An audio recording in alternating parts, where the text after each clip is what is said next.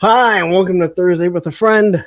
My name is Lawrence, and we're starting to get back on track with Thursday with a Friend, and I'll probably be switching it up again as we go into Assembly Required and the Punkathon and different things like that. But right now, I'm lining up some guests that I'm excited to talk to, and I've talked to a few of them. It's been over a year. I said, "Hey, I want to have you on."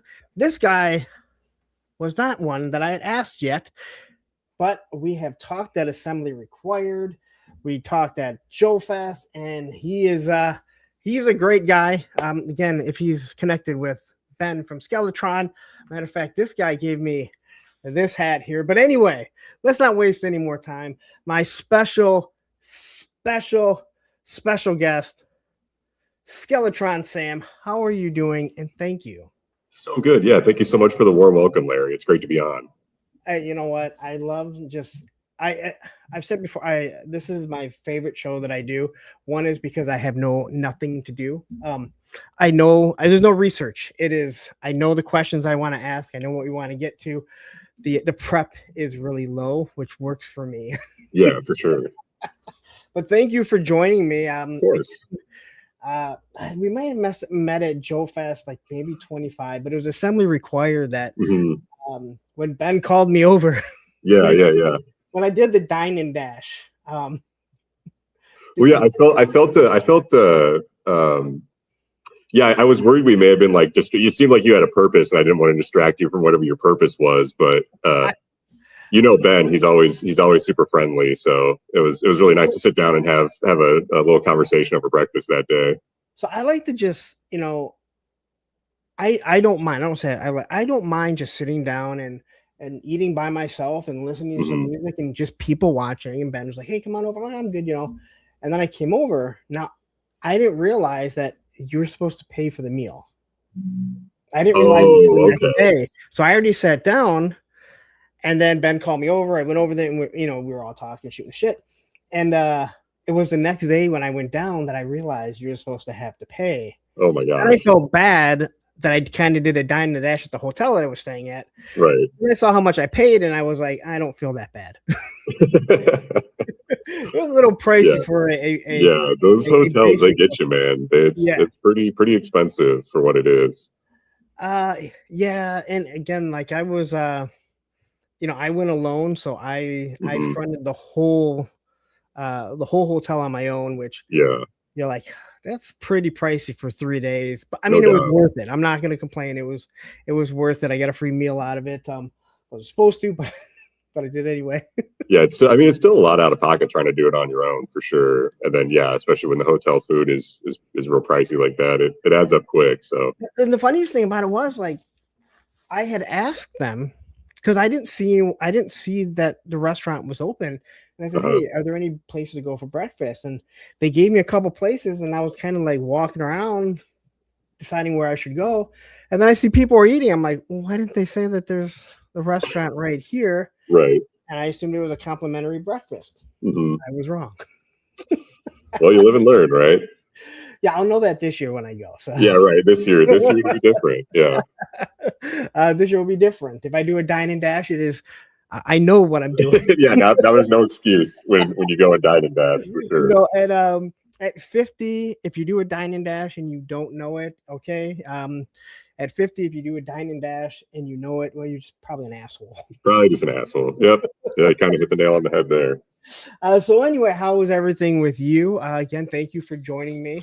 Yeah, everything is super great. Yeah, I just started full time at Skeletron back in the beginning of June. So we made the move to Rochester, Minnesota, where Skeletron's based out of, and just kind of been adjusting and settling into everything, and it's been amazing. Like, obviously what we've got going here I think is really, really cool, and it's just a really amazing thing to be able to work for a toy company and make cool shit and talk to guys like you and just be so immersed in the community. So it's interesting that you say that, and we will definitely get into Skeletron, and we're going to go through your life. It's like, hey, this is my life, Skeletron Sam. But so Skeletron is now full time. I know we saw the female that's coming out. I forget what her name is. Looks amazing. The last figure that you guys dropped I mean, again, this is not me kissing anyone's ass. They're the best posing, affordable figures. And again, yeah, I'll buy a $120 figure, but Right. for $40. It is hard to get any figure in an actual kneeling pose where they're actually look like they're kneeling and they're not forcing them up and down and falling forward. You guys did it, and I know Corey worked on a lot with that. And I actually just talked to him, and he'll be coming on next month. Oh, amazing! Yeah, I mean, Corey's a great friend. Love Corey. He actually asked me in our conversation. He's like, "Can I swear on your podcast?" I'm like, yeah. I'm going to ask you to go out of your way to do it, but I've talked with you in the lobby. All right. I know how it goes. Right. But yeah, the Skeletron figures are awesome. But so it is a full-time job now. So like Skeletron is just going forward with being an actual toy company. Yep. We are really trying to get Eye of the Tiger here, as Ben likes to say. And yeah, just, I mean, I think there's like a ton of really great things going on right now. And I think, we just have so many ideas for so many cool products. And yeah, I think now we're kind of like trying to switch into gear and like really start pumping things out. So again, I wasn't sure if it was like if Skeletron was still just a regular passion project for him, but sure. Like you guys are. Yep. No, we're full operation. We're rocking and rolling. So yeah, I mean, of course, the story. Like it started with, Ben fell in love with the Palatoy Robo Skull, and then he was like, "Well, I just want to make a really cool Robo Skull," and then it just kind of ballooned into this, whole toy company here. So, unpopular opinion: the first Robo Skull is not that good looking. Oh, I'm not a fan of it. Like, but I didn't grow up with it, and I don't know. That is a toy. When I look at it, I'm like, it looks like It looks like a bad version of a TIE fighter, which is technically what it was. Bob swears it's not based on a toy on a TIE fighter. So I have a hard. I mean, hey, I met Bob. A super nice guy. So much energy for like 81 or 80. Yeah, right. Flying down. He was flying down the hall when I ran into him. Hard to say that's not based. I mean, but okay, I will give him the. I'll give him the best. I just got to say for Bob, he swears it's not, but yeah, I don't know. Yeah, I think it's like it's one of those things that was like so. I mean, I guess as somebody that like grew up pretty heavy in GI Joe, and like really wanting to learn sort of like all the history of it and everything. Like I know that like when I discovered the Robo Skull, I was like, oh my god, this is like what a crazy like out there idea that like totally like shouldn't work, but somehow it does. Yes. Again, like nowadays, we have this thing called the internet. Everything is at the tip of our fingers. Right. We didn't have that as a kid. So I remember seeing Action Force, but it would have been like something in a magazine or someone just happened to have a comic book. It wasn't real until we got older and people start, finding the stuff. And I know I did a whole video taking the Big Bad Workshop stuff and creating the Red Shadows. And then I've recently moved everything in my display, so Skeletron and the Red Shadows are right next to each other because technically they go together. Right. So I'm looking forward to it more and more as you guys create new things. We've already seen Big Bag Toy Store. They pretty much put the Kraken, right? The Kraken. Theirs is called Leviathan, but yeah, it's called. They recently released a green lizard with a black and red outfit. Yes, it looks very similar, but you know what? Who cares? Doesn't bother me. Yeah, and dude, that thing looks amazing. Like seeing all the stuff they showed off at SDCC. Like I'm super tight with Bill and Mike, and they're great guys, and it's just awesome to see like all the stuff that they're putting out and. Like especially again that like lizard sculpt and that like creature that they showed off is like it was just beautiful. I was blown away. I was talking with Mike about it the other day and I was like, you guys killed that. So I'm not big into I love what Operation Monster Force is doing, but I'm not like a big creature collector. Oh, interesting. Okay. But that one that they did, and I'm pretty much buying all of their stuff. That one that they did looks so good. The wash on it, the paint. I was looking at that and I'm just like, this is wow. this is it's a really beautiful piece. And I like my big things are like cowboys, like fish and lizard dudes, and you gotta love that. so it's right up my alley of like the design stuff that I really enjoy. So yeah, like I said, it looks like a really beautiful figure. So quickly, this guy here, he wants his entrance. So hey Ken, yeah. Acknowledge me. So everyone say hi to Ken. One from this guy for Ken. Everyone say hi to Ken. We're getting background now. How are we getting background? All right, talk again. Hello? Myself. Yeah, I can. Am I getting background? No, but I was getting background when I talk. Oh, okay. Once you held your finger up, instead of getting background, like it did something. Now it's gone. Now it's gone. All right, cool. All right, so let's just start at the beginning. Where are you from and around, like what age are you? So I'm 27 and I was born in Missouri, but we moved around a lot when I was a kid. So like between the ages of like being born and around 12, I was born in Missouri, and then we moved to Chicago, and then we moved to Texas, and then we moved to Minnesota, and then we moved to Wisconsin. And then I settled down in Wisconsin when I was about 12. And now you're back in Minnesota. And now we're back in Minnesota. Yeah.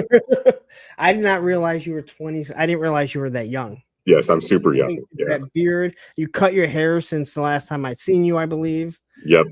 Big chop happened a few weeks ago, just because it's, when it gets so hot outside, it's just like all like, I went from my hair being 10 inches long to shaving it again. Yeah. I really haven't gone back. I've also, when I've tried growing, like letting it grow, not grow out, but just grow out to comb it, I'm realizing a lot less of it's coming in. Sure. It's a lot less of it. Yeah, when you look at it, it's like you can still see there's a whole. I want it all gone. Just let it all go. Yeah, I don't need it. All right, so 27. Like again, you're one of the younger people. I am the youngest since my having my daughter on here. Again, I wasn't expecting.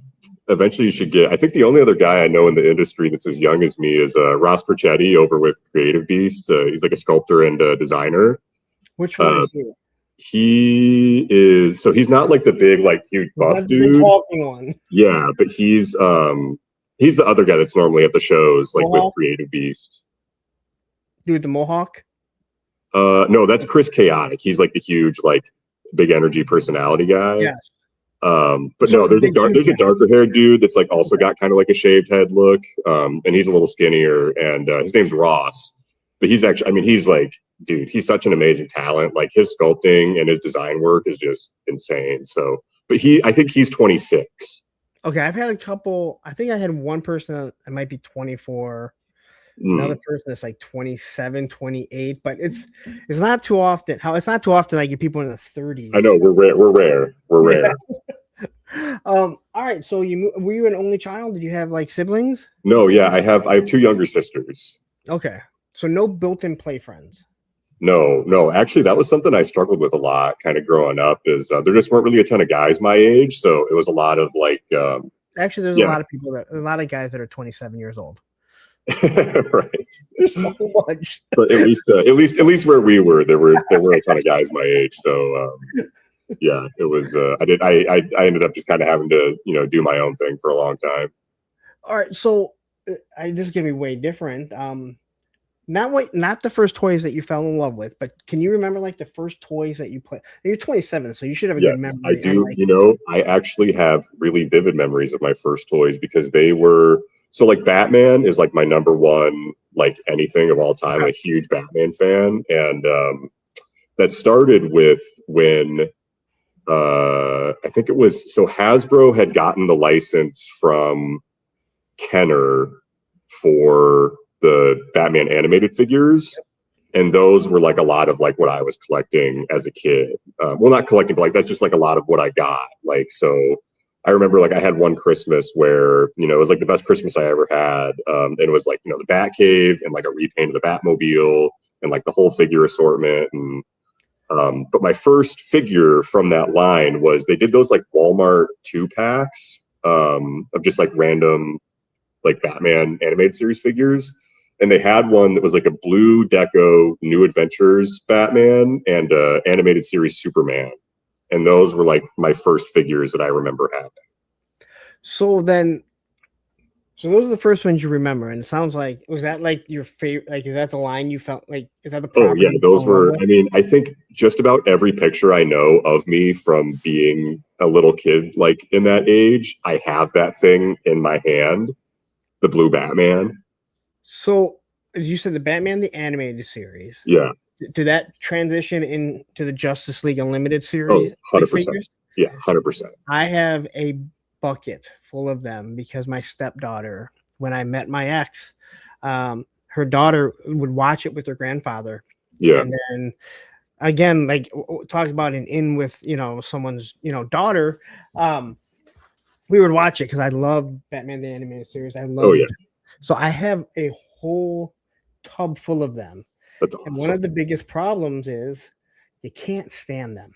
They don't. They got those tiny little ankles that are that super rubbery PVC, and it'll just topple over. And as a guy who doesn't use stands, I understand for certain things, O-rings, modern 4-inch, sometimes they don't even have pegs for stands, like in their feet. Like, good luck standing any of right. those. And even the ones that do, again, like even if you get them on a stand, it's like those ankles are just so thin and gummy. They just topple over.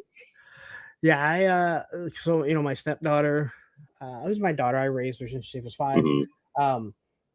She played with them, and then my son got into them, so he played with them. I still have 3 of the big 12-inch ones. Oh Batman, yeah, I've got a few Wonder of those Woman, too. Yep. Superman. I think the third one was Green Lantern, but I think that one broke. These are the crazy things I remember. Those are awesome. I think I still have, because I think they did the original like 7 in the 12-inch, and then I think they also did maybe like Green Arrow or somebody else too. But yeah, I've still got my Batman, Superman, Martian Manhunter, and Green Lantern. I don't think I have Flash anymore. I think that was it. I think it was Martian Manhunter was not Green Lantern. Yeah. They had like the wonkiest legs, so like they didn't sit straight. They went out and they had the really weird, like they did like the diaper cut for like the superhero underwear, but it was at an angle, so they just like like you said, the legs move like that. Yeah, it's really like you couldn't put them in like. Yeah, I mean, they weren't going to fit in a G.I. Joe Vamp or anything, but like you couldn't fit them in something like that because they were doing gymnastics. Yeah, and it's a shame because the original, at least for like the 5-inch ones they did for the Justice League line, the first sort of assortments that they did had like swivel shoulders, and then they had the elbow joints, and then swivel hips and the knee joints. So you could put them in the vehicles that they came out. Like I remember they had that like javelin like thing, and then they also had like the Watchtower play set. It's like as they went on, they like moved to the weird like just swivels, and you couldn't even get them to like sit down or anything. Yeah, but eventually they moved to having like knee joints so they could bend. Yeah, well that was the first of the smaller figures. I think that was the first assortment of the Justice League figures, and then like later on they took away the like elbow joints and the knee joints. What is it, Super 7? I'm sorry. Not my favorite company, although they make stuff that I wish they could do better. Oh, I wish they would do better. Anyway, I tell you what, man, I think they are improving though. Like I recently got their 2003 Turtles, and I think those are really awesome. And I'm super excited. I was able to get the online. I ordered their Battle Beast from Invincible, and I've heard really good things about it. So I'm super excited for that to come in and check it out. Wait, they're doing something for Invincible? Yeah, they did a Battle Beast. It was a San Diego exclusive. Oh, I didn't realize that's what that was. Oh, you're right. I didn't realize that's what that was. Yeah, it was Super 7. So yeah, and again, based on people that I've talked to that have handled it, they're like it's actually like really, really nice, and Super 7 did a super good job on it. It's the O-ring stuff. Like I'm like, why don't? And people argue with me about the swivel wrist, and I'm like, and people are like, the originals didn't have it. I'm like, I don't care. Like the originals had straight arms and the thumbs broke. No one's mad that they have swivel arm battle grip, and no one's mad that they gave them a ball joint. neck, they can have swivel wrists. They can Yeah, do better. it's a really interesting thing, right? Trying to figure out what the sort of happy medium is between trying to like make something like that is like very much so vintage, and you want it to like be in the era of vintage, but also address those things you were talking about where it's like, yeah, like they hands were molded in whatever ABS and it just became super brittle and they didn't have any wrist articulation, so you try to get them to like shoulder a rifle and they're like holding it, like that. So I've had a few people tell me like about O-rings in general. They're like, this is an unpopular opinion, but I don't like just swivel wrists. I'm like, why? It doesn't. There's no break in the articulation. You don't hardly see them, and you can actually make a character fire a rifle from the shoulder. Yeah, it's still not as good as a 6-inch figure, but it looks much better and more fun. Yeah, I totally agree. Like because again, like we do that with ours. Like we have the swivel wrists with the PVC hands, so they're they're flexible enough that you can get the weapons in. But I think from some, like I understand the perspective of like, okay, if I'm somebody that like only collects Real American Hero GI Joe, the O-ring GI Joe, and I want things just to like supplement that, then I want it to be exactly like O-ring GI Joe. And I would agree with that if, here's my ... Mm-hmm. If they did stuff like the original ones did. And Patrick Stewart did a whole thing on it where like the original O-rings, they were molded in the color of their flesh. So it wouldn't wear. But they don't do that. They paint it. Yeah. And painting it does not look nearly as good as when you mold it in that actual color. So it's like you can't like say, well, this was better, this is how they did it, but they're not doing everything like that. So there is an evolution, and there's nothing wrong with evolution. Some people have an issue, but anyway, that's beside the point. So you grew up a Batman fan. What other properties were you into as a kid? I mean, my main ones were Batman, Star Wars, and GI Joe. Those were like all like very central to me, like from the beginning. Okay, so Star Wars, you're coming in. You said you're 27, so you're born in 2000. No, I was born in '98. I was born in '98.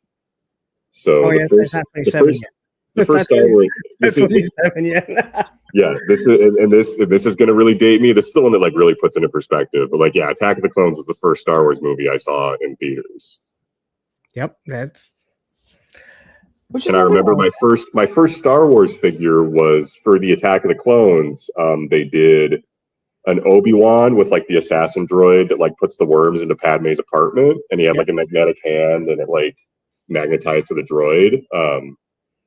And that was my first Star Wars figure. And then that started like, yeah, I would say my Star Wars collection is like probably the biggest out of like any collections that I have, just because that's the one that I've been like ever since then. I've bought like just everything Star Wars for the like 3 3/4 guys. So I've just got like tubs and tubs and tubs of like everything since then. So do you still have a lot of your original toys from when you were a kid?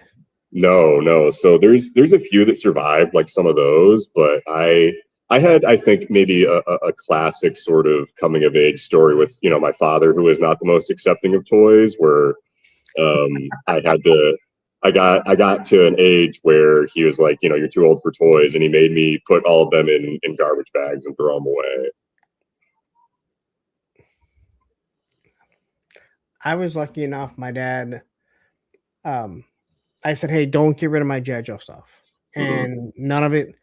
I mean, I've lost stuff along the way, obviously, and stuff's broken, but he kept everything. So I still have a lot of my childhood stuff, but I don't have like my childhood Transformers, He-Man stuff. And we didn't have a garage, we lived in condos, so we didn't have garage sales. I don't know I can't see my dad getting rid of it. I don't remember getting rid of the stuff. And maybe I did, but the G.I. Joe stuff has survived. Well, and some of that stuff just gets lost because, I mean, I know there's explicitly things I remember like having at different points, and I'm like, I don't remember what happened to that, So I think sometimes stuff just gets lost. Lunchbox Killer says, "Young buck, I thought I was." And then Devil Dog says, the Spy Troops Duke had swivel wrist and ankle pivots back in 2003, and it was awesome. So The let Spy me ask Troop you, stuff is Spy all right. Troops and Valor versus Venom. I fucking love. I Okay, love those toys. So is that the G.I. Joe that you grew up on? Yes, those were the ones that I was buying as a kid. Yeah. So I think it's funny. I mean, I find it comical because when you talk to people in the G.I. Joe world, and I'm not a G.I. Joe channel, but it is the bulk of what I do. Mm-hmm. It is my main love of any toy, Yeah. toy property. People are like, they're either O-ring or now they're classified, and obviously there's the modern 4-inch. Mm-hmm. But people act like after '94, G.I. Joe went away until classified came in 2020, and you're like, wait, there was a lot of figures between there. Oh yeah. And I collected a lot of them. I bought a lot of them. That, like you said, the Valor, what is it? The Valor versus Venom and like Spy Troops. Yes, the Spy Troops. Yeah, the Spy Troops were all the 2-packs, right? Well, I think the first ones they did in that style were called like G.I. Joe versus Cobra. Yeah. And that's where you got like the Spy Troops, like Cobra Commander mold from, and I think like a couple others.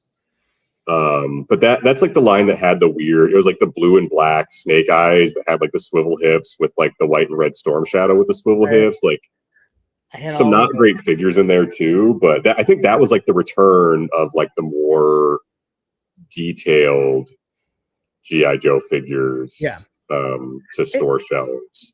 And the O-rings were around. You had the O-rings. Kmart. Do you remember Kmart? I don't know if you remember that. You're young. Oh yeah, we had Kmart's. Yep. Kmart had like the 5-packs of them, and they had the army builders. And yeah. I was at the point where like I wasn't collecting toys at that time, and life was different. But it's like I remember there's all this stuff. So I laugh when people act like from 90, like they act like once the O-rings ended, and the O-rings didn't even end. They just stopped creating the Real American Hero line, adding that. It was still around because Beast Battleground, perfect example. Like, I'm like, how did you get into this? Because he's in his, I think maybe in his mid-30s now. When I met him, he was in his early 30s, and it was like, he talks about all this stuff. And I'm like, oh, well, that makes sense. Like, but people act like there was nothing in the 2000s, yet there was a lot of G.I. Joe. I think it's just because all the people that are like really steeped in the community, I think, there's like such a reverence for the vintage stuff. And like, listen, I love the vintage stuff. I have so much of the Real American Hero. But yeah, no, there was like a whole generation, I think, of like kids in the 2000s that got, I think, like, again, I think they're really cool G.I. Joe toys. But they get overlooked a lot, I think, because those really passionate fans that are still really, they come to the shows and they're still really active in the community. It just wasn't for them. So I think it gets kind of written off a lot. And it does make sense. I mean, when you get these, late 40s and 50-year-olds, it's like your childhood, for the most part, is going to be your Transformers. But if it was G.I. Joe, before the end of the Real American Hero line, you've transitioned into high school. Right. You've become a skateboarder. Oh, wait, that was me. That's kind of where it transitions. And not everyone continued to collect toys for sure as they got older. But I think to your point earlier, I do feel like 25th anniversary really brought a lot of people back in with the modern 4-inch sort of stuff, because I feel like that's really where, at least like that was sort of the time that I feel like I started like personally getting on the internet. And I feel like there was a really great community of like 25th anniversary and Pursuit of Cobra and like all that time. Like a community was like really strong at that point for those figures. So to jump ahead, or I've never asked anyone this, but your company has 2 different 1/18th lines. Mm-hmm. You personally, O-ring or modern 4-inch?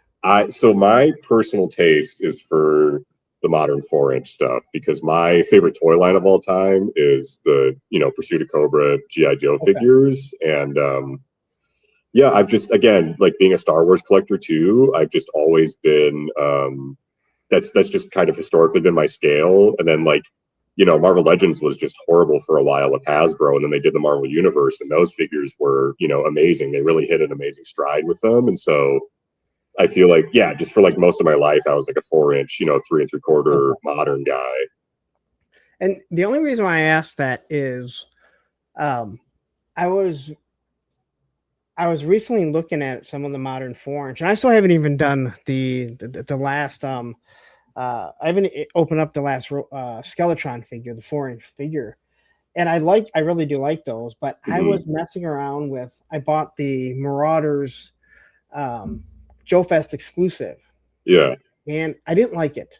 Because there's too much stuff to it for being a small 4-inch, and it's bags upon bags upon bags, and yeah, you have to keep the heads up to pop them on. And I was just kind of like, I don't want to, like, this is too much, and with too many little parts. And I have small little hands. You've seen me. I'm not a big guy, and I'm struggling. I can't imagine what these big beasts that are messing with. But I know people love Marauders. I'm not trying to put down Marauders because I know you. Yeah, I get you. It's for I personally love Marauders just because, again, it's 4 inches like my bag, and yeah, I personally really like the customizability of it. I think like what John is able to do with all the little bits, and just how much modularity you can pack on to something that scale. Yeah.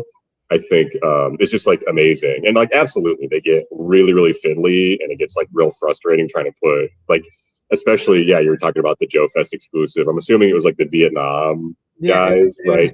So there's so much, little bits and gear on them. And I think if you're not super gluing them in, it can get really, really tedious. And I was just like, I don't want to do this. I don't. Yeah. I didn't even try and do a review on it. I wanted to look at them. I'm like, okay, I'm not even. This is. People complain about me fumbling around and taking too long like this. It'd be a 4-hour review because you'd be struggling.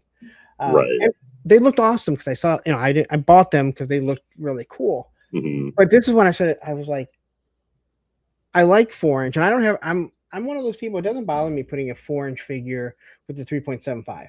That doesn't bother me. I have all those mixed and matched in my display. I can't do a 6-inch and a 7-inch figure. Those. I'm sorry, you can't put a McFarlane, Batman with a with a Captain America Marvel Legends. Right. Yeah. So that doesn't bother me. But the more I was looking, I'm like, I just like the O-rings better. When you shoot them, there's something very special about them. But also, I'm coming from an era that I grew up absolutely loving that toy line. Right. But the vehicles, and again, you can use them for 4-inch figures. They photograph so good. Mm-hmm. You can get everything. Yeah, I think that's part of why I like the 4-inch, scale for like modern stuff too, is you can get all the vehicles and diorama stuff, and you can build like really cool displays. And I know you can do that in 6-inch scale too, but I just feel like the economy of space is a lot better, and especially with vehicles, it's just supported a lot more by like Hasbro, and like especially with Star Wars, you get way more Star Wars vehicles than you do for Black Series. But that's because they didn't do well, because they made that giant TIE fighter. Yeah, well, I mean, again, it's really tough, right? When like you're trying to, yeah, I mean, I don't know, like I don't want to come across as a Hasbro shill, but like obviously it's like they got to make that stuff a lot more expensive, and I think people know that, but they still want to like be like, it's upsetting, right? Because you just want it to be affordable, like you want to support it, but they make it so hard when things are so expensive. But yeah, it's so tough to do in that scale, and that's why, like, I'm super stoked the Robo Skull came in at $250. Like, I feel like for what you get, like a pretty killer price. So what you saying, hey, I don't want to sound like a shill. No, what you sound like is someone who understands business and understands like Hasbro, and I keep saying Hasbro is about making millions. A smaller company like Skeletron, they're about making thousands. And this, Hasbro probably has a few more people they have to pay throughout all of their companies than Skeletron does, or Boss Fight. And I think too, it's like, I think it's a really important thing to remember that, like, yes, Hasbro does, I think especially recently, like they have fans working, and they have people that are really passionate about the brands that they have and passionate about toys. But at the end of the day, I think to your point, like they're a huge publicly traded company, and a lot of those people, like, again, you talk to like any of the people that worked on like the vintage stuff, they're like, we were just doing a job. you know? And so I think a lot of times, like at big corporations like that, like it's just people trying to do a job. And I think that the some of the missteps that happen sometimes, I think we really like do a little like, you know, pitchforks and fire over I don't know, stuff that I feel like it's like, yeah, it's like an issue, but like I don't think we need to be like talking about how terrible these people are for just trying to do a job, you know. But it's the same with, are you a sports fan by any chance? Yes, I am. Yeah, I'm a Chicago fan. Yeah, so you have people that like, why is Shaq doing commercials? He should be practicing his free throws. Well, listen, I'm not actually. I love Shaq now. I didn't when he was playing, but now you see what a great guy he seems to be. It's like you can't practice all day. Like it is their job, right? It is their job. It is your passion because you're a fan, right? It's their job. Not that they don't love it, but it's their job. And Hasbro's the same way. When someone tells me Hasbro doesn't give a shit about us, I'm like, oh, so you do get it. Like they don't care about you. All right. Yeah, I think yeah, it's an interesting line. Because again, I think like obviously there's people that are like really passionate there. And I think that especially in like recent years, they have been like trying to do a lot to like pay attention to what people want and listen. But it's also like, you know, again, I think to the point of, right, like swivel wrist or no swivel wrist on O-ring figures, like there is a lot of taste that goes into toys, and there's a lot of you know, there's a lot of disagreement even among people that are super passionate about what the right thing to include on a figure is, from, you know, anything from like paint to sculpt to accessories to, you know, like all the bits that go into it. And so it's going to be tough because you're always, you know, I think even as a small company, right, like you're never going to make everybody happy because everybody has their own opinions on things. And, you know, people are, at the end of the day, like, yeah, like they're just going to find something that they don't like because you can't make the perfect figure for every individual person. And it seems like at a smaller company like you, or where, you know, Lenny and Tony, they went to Boss Fight Studios, like at Hasbro, and Lenny even talked about it with us. It's like you can't just make, you know, talk to the person above you. There is just level after level after level, and then those levels have to come back down to you, where you, if it comes down to it, I'm not sure. We'll get into what you do, but you can talk to Ben. You know, I look at a small copier company. I could call the owner right now and say, "Hey, Dave, you know, I need this. Can you do, like, we can do things." But in a corporation, you can't.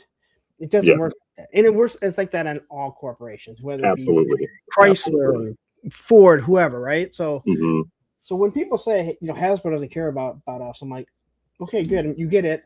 Now we can move on with the conversation.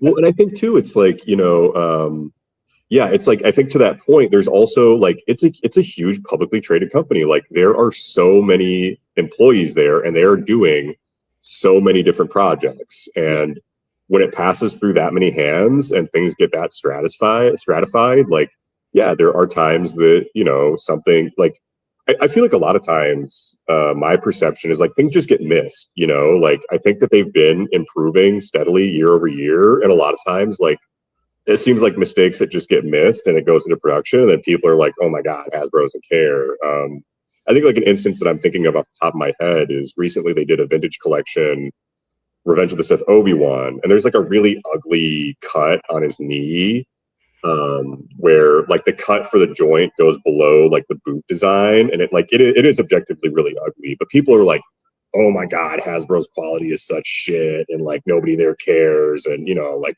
all the things that people say about Hasbro all the time. But it's like, you know what, like I think one of the guys came out and they're like, oh my God, we're so sorry, like it just got missed, you know, it goes through 20 people's hands, and like when you're trying to put out whatever, you know, 50 figures a year, like things just get missed.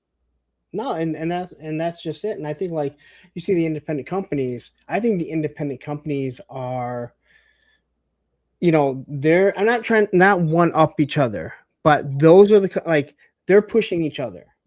You know, like, I mean, I don't think it would be wrong to say we're trying to one up each other. Like, I think it's a beautiful thing that we have where, like, again, like super tight with Mike and Bill from Big Bad, and super tight with Jason and Adam from Spiro, and super tight with Dave and the Creative Beat. Like all of us are so so well connected, and I think we all want each other to do well. But at the same time, it's like, yeah, you can't help but be like, well, I want to do the best figures. I don't want to just be making figures. Like I want to make the best figures, and so it's it's really cool when other people come out with stuff and you can be like, so okay, yeah, that's cool, but what can we do with that, But what does it feel like being the ones making the best figures and know everyone? And I mean it, like, well, I think to your point you were making earlier, it's like, Ben, Mark, and I can just sit down in the office and be like really, really crazy about the attention to detail part, right? Because it's like just us.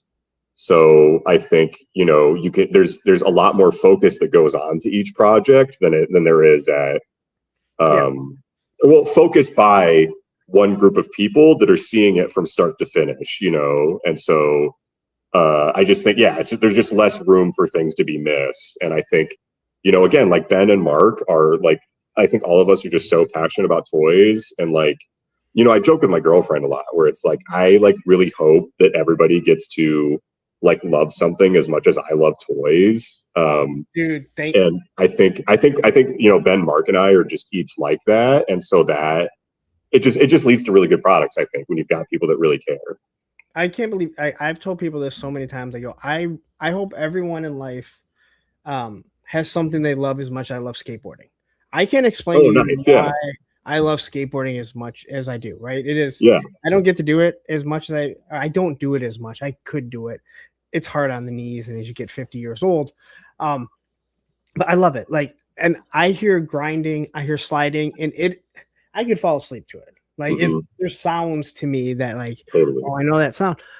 And I don't know why I love it so much, but I'm like, I hope everyone loves something as much as I love skateboarding, because it's something special. And the way you said that, I'm like, it sounded exactly like how I tell people. Yeah. And I think to your point, it's like, it's like, I can't, I've tried so hard over the years to like rationalize and like really think about, like, why do I love this so much? And like, what is it about it that like really, makes it so special to me? And I don't know. I think you said it really well. It's like, I don't know, like at the end of the day, I think it's just something that I just love. And I think that's enough. Right. No. And that's like, I see like with me with skateboarding, but like you see the gymnast, they love it. Or you see dancers, like they're going out and they're doing it. And, people that play football or whatever, play football, you have to have people with you. Like basketball, that's the one you can kind of go, shoot the ball by yourself. But it's these independent things, and toys is another one. Like you see how much some of these people absolutely love it. Yes. And it's like, is it that I have adult money and I can pretty much buy anything that I want, and I can display things however I want that you couldn't as a child? I don't know what it is, but I still like going in a Target and finding something, even if I'm not going to buy it. For sure. It's like the thrill of the hunt. Yeah. Yeah. Like I'll find Marvel Legends stuff that I'm not going to buy, or I'll even see some Turtle stuff. Just knowing that it's there for somebody to grab, a kid or a collector. I love it. Yeah. I think for me, like the best way that I've like been able to like think about it is, I think, I didn't have a lot of friends growing up. I think, like I mentioned earlier. And so like, I was really into cartoons and comic books and like all the, all those sorts of things. And so then to be able to have like a physical representation of that thing that like, of that piece of media that I enjoyed so much, like in my hand, and I can manipulate it and like do, whatever scenes I want and like create my own, sort of stories with it. Like, I think it was just like a really, really like special experience to like grow up with that. And it just like never left me. And like, I still like, anytime I get a new figure, it's like, it's just the craziest dopamine hit of all time. Yes. And I said, of all the O-rings, the Skeletron O-ring figure was of all of them. Thank you. It is the one that took me back to being a 9-year-old kid. The feel of it, the way that it looks, everything. And I mean, I love the Delta 17 stuff. Hmm. I like what Operation Recall is doing.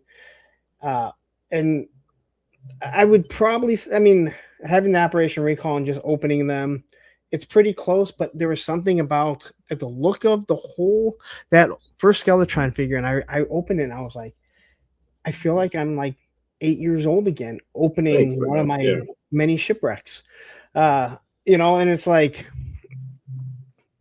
I'm not nostalgic like that, but I'm like, Yeah. this wave hit me, and I was like, Yeah, it hit you like that. Yeah. this is special.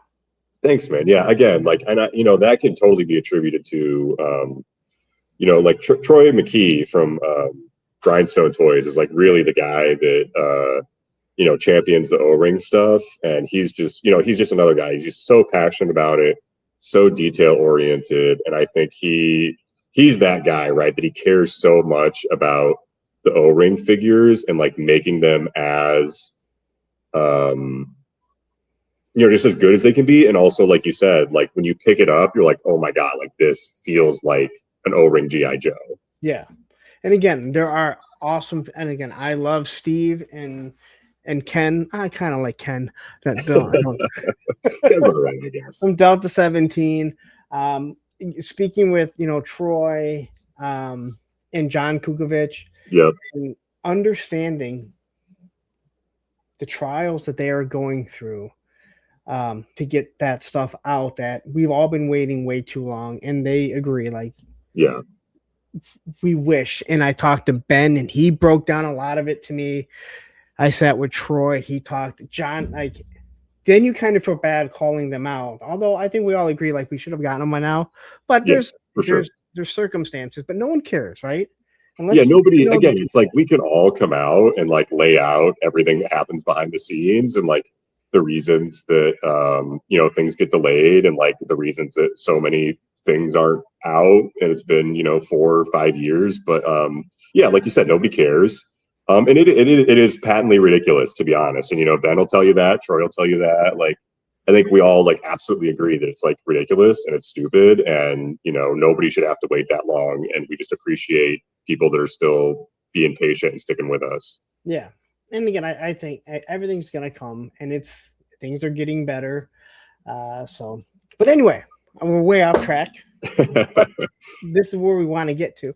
As you start getting older and you go into middle school, mm-hmm. Are you still into toys? Are you still playing? Yep. Yeah, I feel super lucky that, like I said, toys really never left. Even after I had to throw everything away, like I just kept.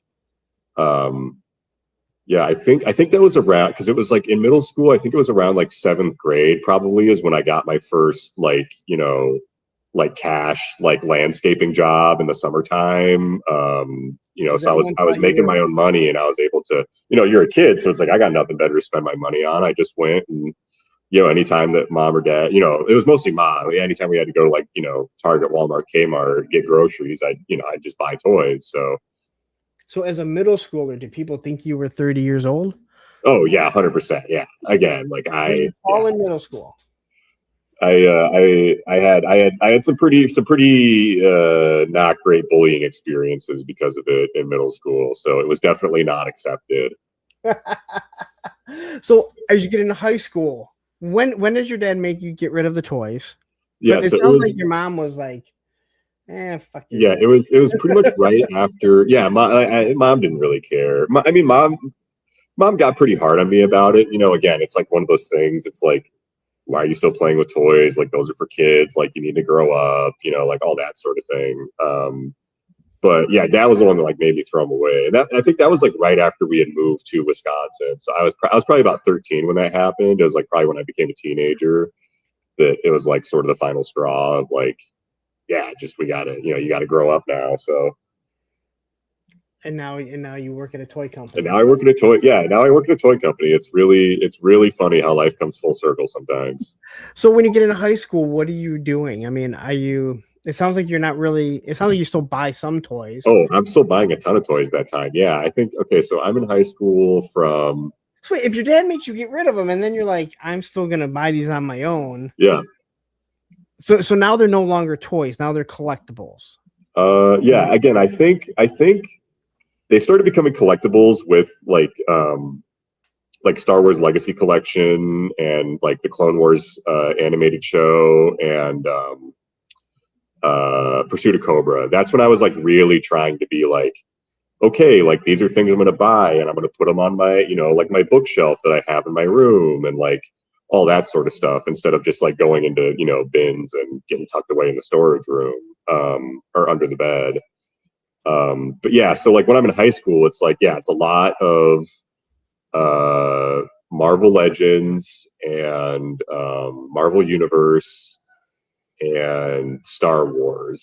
Because high school is high school for me was 2013 to 2017. Oh my God. Yeah. So you're just getting out of fucking high school when the pandemic starts. Pretty much, yeah. Yep. My stepdaughter is older than you.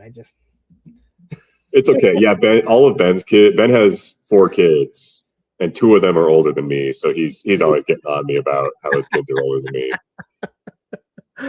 I'm sorry, it's crazy. I thought you were in the like late 30s or right. Which again, I'm the person that people think the exact opposite of when. Well, I started going white. So sure. When it wasn't like this 4 or 5 years ago, I had people coming up to me skateboarding like, "You're one of the older guys, right?" And I was like, "This guy came literally. He's like, you're one of the older guys, right?" I'm like, "Yeah." It's like, "What are you like 26?" I was like, "No, I'm like 45." And he was like, "No." Yeah. I've always gotten, I mean, again, even since high school, I think, I've gotten people thinking I'm way older than I am.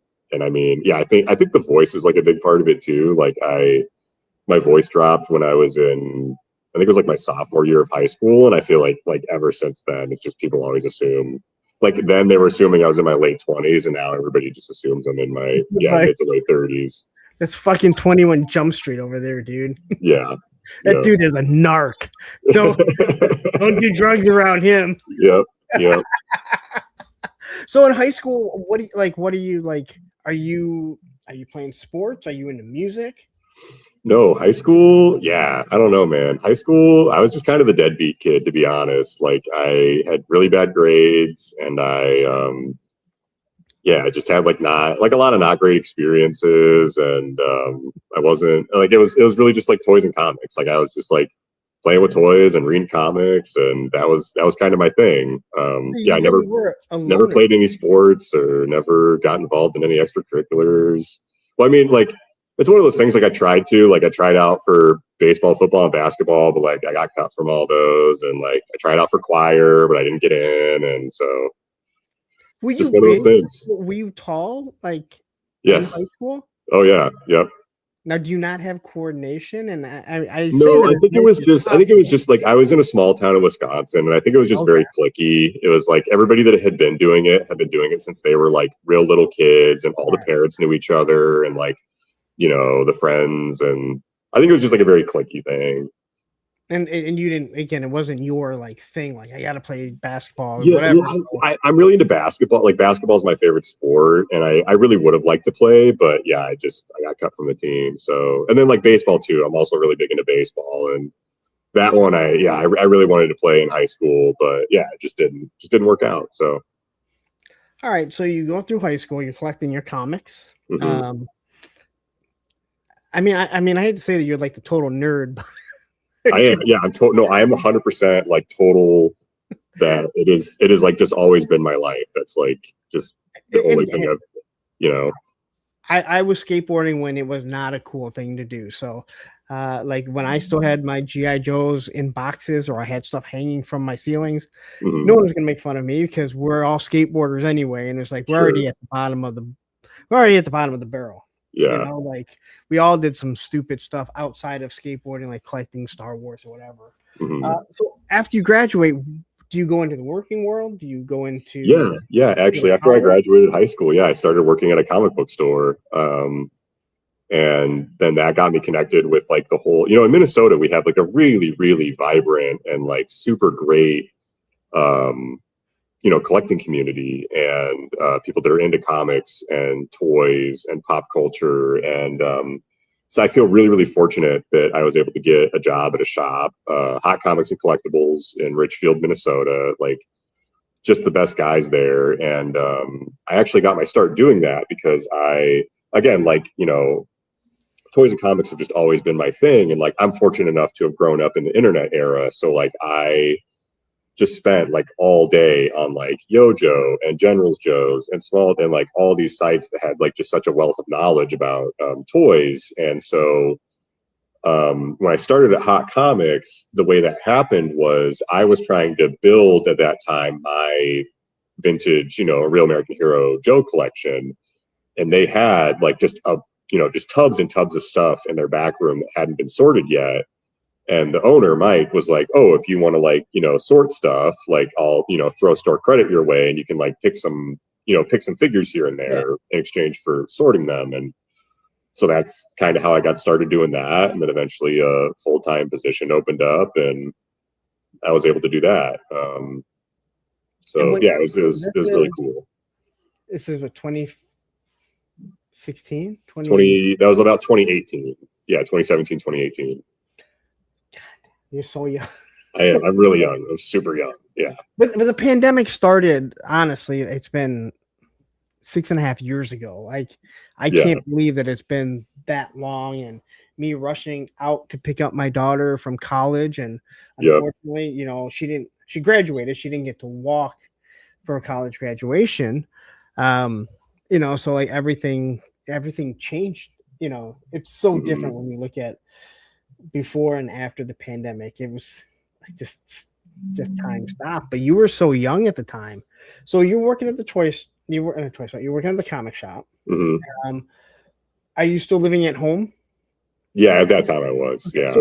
So and then because I had moved out somewhat after that, but then I moved back in during the pandemic, and I was in the house at the time. Yeah. Quickly, wait. JMK Custom says, thinking about going to Legion's just to get another ice cream date with Sam. You got it, Mikey. Mikey is my ride or die. He is my sweet honey bear. I love that man. Mikey, somehow we did not get a picture at Joe Fest. And I swear I remember taking. That's crazy. He's the most photogenic guy of all time. You gotta get a picture with Mikey. I got a shitload from 25 and then from AR. I got one with his dad. His dad was like, I didn't think you were going to ask me to take a picture. I'm like, come on, John. I don't know how we didn't take one. And even Ed, my moderator, was like, dude, I know you took one. I'm like, it's not there. I got pictures with like 2 people. Well, you said you only took like 3 pictures, but other people took pictures with you guys. Right. All right. So what was the purpose of that? Do you mind me asking? What was the purpose that you guys moved around as much as you did? Just like, I don't know. Yeah. Like lower class family, like just trying to, get steady work and, you kind of go where the opportunities are. So I think that's just kind of, how we moved around. All right. So you end up working at the comic shop. Mm-hmm.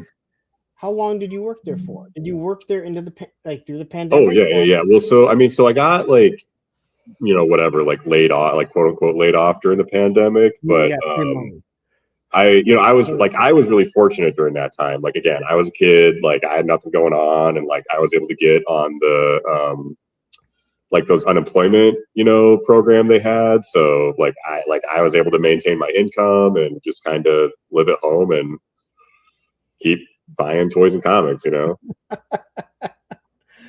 So when it started to come to an end and everyone goes back to work, did you go back to the comic shop? I had worked there honestly until I moved down here, really. I think at the beginning of the year I had put in my notice there, but that's a place. It's just like, it's just the guys there are just so amazing, and like all the people that I had grown such great relationships with. And even as I moved on to other things in my life, like I went back to school, and I was working as like a therapist for a while. But like I always kept like at least one shift at the shop because I just, it's where you want to be. It's super fun. Yeah. it's just, you get to go down and you shoot the shit with people. Eventually, Oh yeah. you're not really working. You're just kind of, hanging out there. Well, again, it's always fun. Like, when you get new stuff in, you get to process it, you get to see like all the cool, new stuff. So, Okay, so Clint Jorgensen, that's how you pronounce it. He says flew into Joe Fest and he meant 25. And the Skeletron guy offered to pay for my family to ride to Augusta. Good folks there. yeah, Ben is genuinely like maybe the most generous dude I've ever met in my entire life. Like that guy is, he's amazing.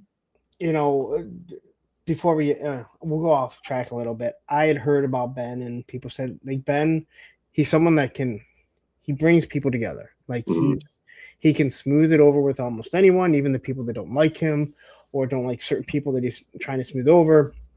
And seriously, just getting to meet him. And we talked a little bit at Joe Fest. Not too much. I think he recognized who I was from doing reviews and stuff. Yeah. But it was at Assembly Required that he saw me standing there and I was waiting for, Plastic Battles. And he was just like, hey, come on over. I'm like, no, I'm good. He's like, no. He's like, you sure? I'm like, yeah. He's like, hey, do you want to talk? Come on. And then, we talked a lot during Assembly Required. So much so that when I forget who it was, whether it was Tripwire or Paul, Plastic Battles, who was buying the Robo Skull, and you were right there too. I don't even remember. You were right there, and I'm like, dude, you need the stand. Yeah, and yeah. Like, we only got like one left. Ben was like, honestly, I think it looks better in landing and without the stand. I'm like, are you trying to talk yourself out of selling something or what? Like, yeah. Like I've just talked him into getting it, and you were Right. literally like, it is your company. I didn't get nothing from this. Yeah. Yeah. No, it's yeah. I don't know. Yeah, like I said, Ben, he's like genuinely just like such a great guy, and I just feel so fortunate to have become so close with him and to be along for this ride. So okay, so you're working at the comic shop, and you said you got a job as a therapist. Yeah, so I had gone to school and like got my degree, and I was working at like this inpatient. Well, this was 2020 like 2 era, fresh out of the pandemic, and yeah, so like 2022, 2023, I'd gotten a job at a clinic, and I worked there for about a year and a half.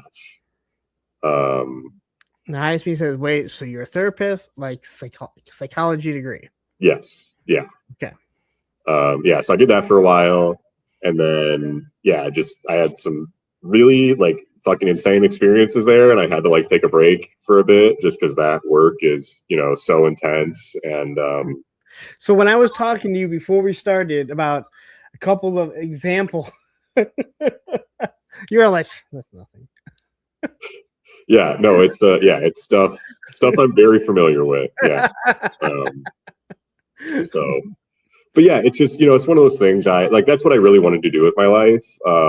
Again, I felt like I didn't feel a lot of connection like growing up, and I felt there's just like a lot of like everybody goes through stuff, but that's kind of where I had this like really weird moment in like I think 2019. It was like right before the pandemic, and it was like New Year, so it must have been like New Year's 2019. And I was at like a party, and it's just like this dude that I like kind of didn't even like I knew him, but we weren't like super close, and it was like him and I like sitting in the corner of this party, and he just goes like, he's like, what are you supposed to be doing with your life? And I was like, like I don't know, man. I was like you know what? Like, I think I really want to help people. And then I was like, yeah, I'd always liked psychology. And I thought it was super interesting. And like, again, like just growing up, I had been exposed to like a lot of, people dealing with really difficult things. And so, yeah, I was like, you know what? I'm going to be a therapist. So went to school, got my degree, and then did that for a little bit. Yeah. All right, so you're a therapist. You're working in the comic shop. Mm-hmm. How So you're still collecting toys during this whole time. Yeah. Yep. And now, are you dating anyone? Because it can be difficult to date. I don't mean difficult. It's difficult to explain because, you go out on dates with people, or you start talking to someone, and you're like, "Oh, I collect toys." I'm like, "Oh, that's cool. I think it's cool. You have a hobby." And you're like, "No, I collect toys." And they're like, "Yeah." And then they walk in and they go, "Oh, you collect toys?" And I was like, "Yeah, I told you." Yeah, I think it's an interesting topic with me. I think like pandemic, I had been dating somebody for a number of years, and yeah, they were not very supportive at all. In fact, I think we had a lot of tension over it. But I also, I was young and I was like not mature, and I spent a lot of money on toys.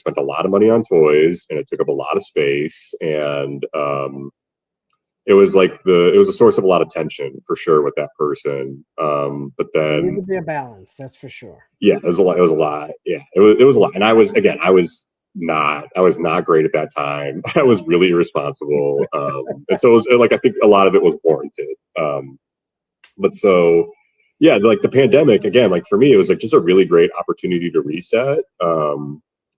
And I just, like I got in the gym, I got in really good shape. I really like had some like honest conversations with myself about like the person that I was, and like, is this the person that I want to be? And like, I had, just a lot of really great opportunity to do that reflection, and to, yeah, like really make a conscious decision to like change a lot of the things that I felt like I was doing wrong.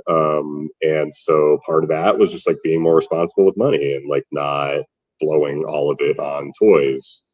But so to answer your question about relationships, I am now, yeah, like I've been in a relationship with super amazing girl for about 5 years now. We got together in probably around that time, around like 2022. And she is like, oh my God, like the most supportive person like in the world. Like a really good example of that, I think, is there was one day, like money was a little tight, and I was like, again, like I'm super fortunate, like I've got all these toys, and we can do, you can sell them and like make money, and like they're essentially assets that we have, right? Like it may not be what you paid for, but you can still get something out of it. And so, like money was tight, and I was like, you know what? Like I'll go and I'll just sell some toys, right, that I have like sitting around. And she was like, no, don't do that. She was like, like every time, because again, I just have so much stuff. So like so often I'm like opening up my tubs and I'm like, oh my God, yeah, this is so cool. Like I love this so much. Look at this. Like, and she was like, every time you do that, like these things bring you so much joy. Like don't get rid of the things that bring you joy. And that was like really insane, especially like when a lot of the experience I've had throughout my life is people being, super judgmental about it and really not accepting. So, yeah. So again, to answer your question, for a little bit, it was hard with some people, but as of right now, I've got just like the most supportive and amazing person in my corner. And that's what you need, like someone who, and I've said this before, especially as I got older, again, I don't need to settle. Like my ex and I, we have a great relationship. We probably settled longer than we should have because we had kids, and I don't regret that at all. Yeah. But going forward, I'm never going to settle because I'm never going to have kids with someone, again, at least I shouldn't fucking plan on it. Not at 50. But it's like, I've always said, like, someone doesn't have to understand why I love toys or why I love skateboarding. They just have to accept that I love it and it brings me joy. Just like if they like doing arts and craft or sewing or whatever. 100%. Like sewing is arts and crafts. But if they have a love for something, as long as it's not like Beanie Babies or Funko Pop, but when they have a hobby, then they understand, even if it's not the exact same thing. Now, quickly, Todd, and I hear it. He says, off topic, can Sam do a Bobby B impression later? For some reason, I'm hearing when Sam talks. Do you know who else sounds like Bobby B? GI Customs. And if you listen to his podcast, you can definitely hear Bobby B in it. You do have, and after I'm reading it, I'm like listening. I'm like, yeah, I can definitely hear the for sure. Yeah. Bobby B. All right, so you meet a wonderful woman who hmm is supportive of this very This irresponsible. super irresponsible, wackadoodle, like crazy thing. Yep. I know you work at a company where no one's going to ask you this.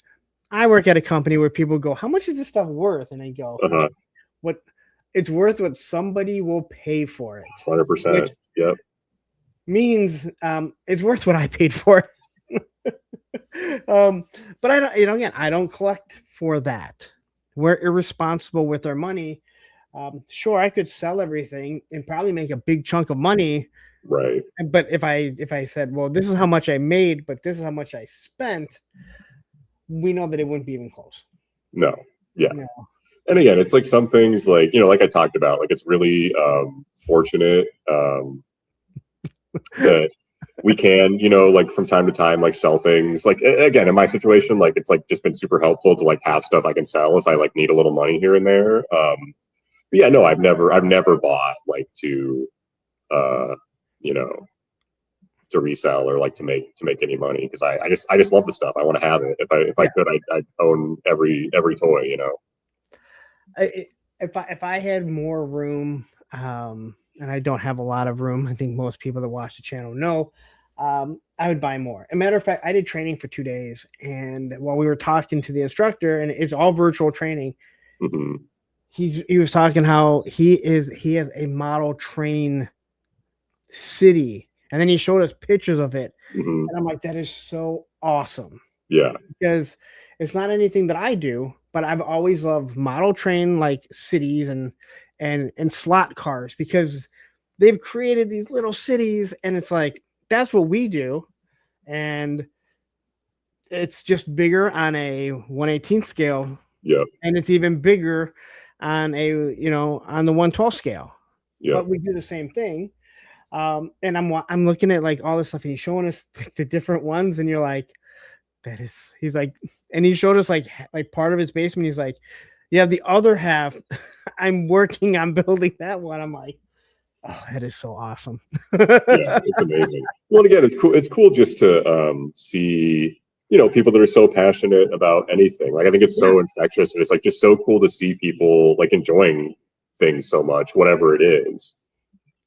Yeah, and again, like I don't have to go collect trains to look at it and be like, the time that you put into that, the money that you put into it. And again, like I don't worry about people's money. Like, hey, if you can afford it and you put the roof over your head and you pay, clothes on your back, food's on the table, your kids are taken care of, I don't give a shit. Like you spend whatever you want on your money, or you spend your money on whatever you want if it makes you, like your girlfriend said, happy. Right. But to look at that, I look at this like, how do you have that much space? But it's the time and the effort that you put into it. It's like, you're like, I'm not jealous, but I envy that because it's so cool that you're able to do that. And of course, like model trains are much smaller, so you can create a much bigger, more vast world. Mm-hmm. But it's the same thing that we're all doing. Right. Yeah, and it's an interesting thing too, talking about like, sort of the economy of space where it's like, yeah, I feel like you definitely hit that point where, I feel like for a long time it's, the barrier to these things is, money. Like I can't afford to get all the stuff I want. And then you kind of reach a point where it's like, yeah, like I can buy, like realistically, I can buy most of what I want, but it's like, I don't have the room for it. So it's like, even if I did get it, like, what am I going to do with it? Quickly, Toy Optics says, I'm going to spend all my money on Punk. He makes me happy. Then why did I just have to pay for the figures you got me at San Diego Comic-Con? All right. Like I take offense to this because I just had to give you money, which I wasn't complaining about till now. Now I am complaining. What'd you get from San Diego? He got me the Fatal Fluffy. Nice. The Xavier comic, STCC exclusive, and the Shadow Warg from Big Bad Workshop. Awesome. So, and then he's like, this thing's expensive to ship. I'm like, yeah, I knew it was going to be, but I wanted to make sure that I had it. So, and I appreciate him getting the stuff, picking it up for me here. And Zakanan saying, yes, space is the enemy of a collector. Oh, it is. 100%. Oh, wait, my love costs you money. Okay. It sounds about right. All right. So here you are. You're a psychologist. How do you get involved with Skeletron? Like, how does this come about? Yeah, it was like just like a really crazy.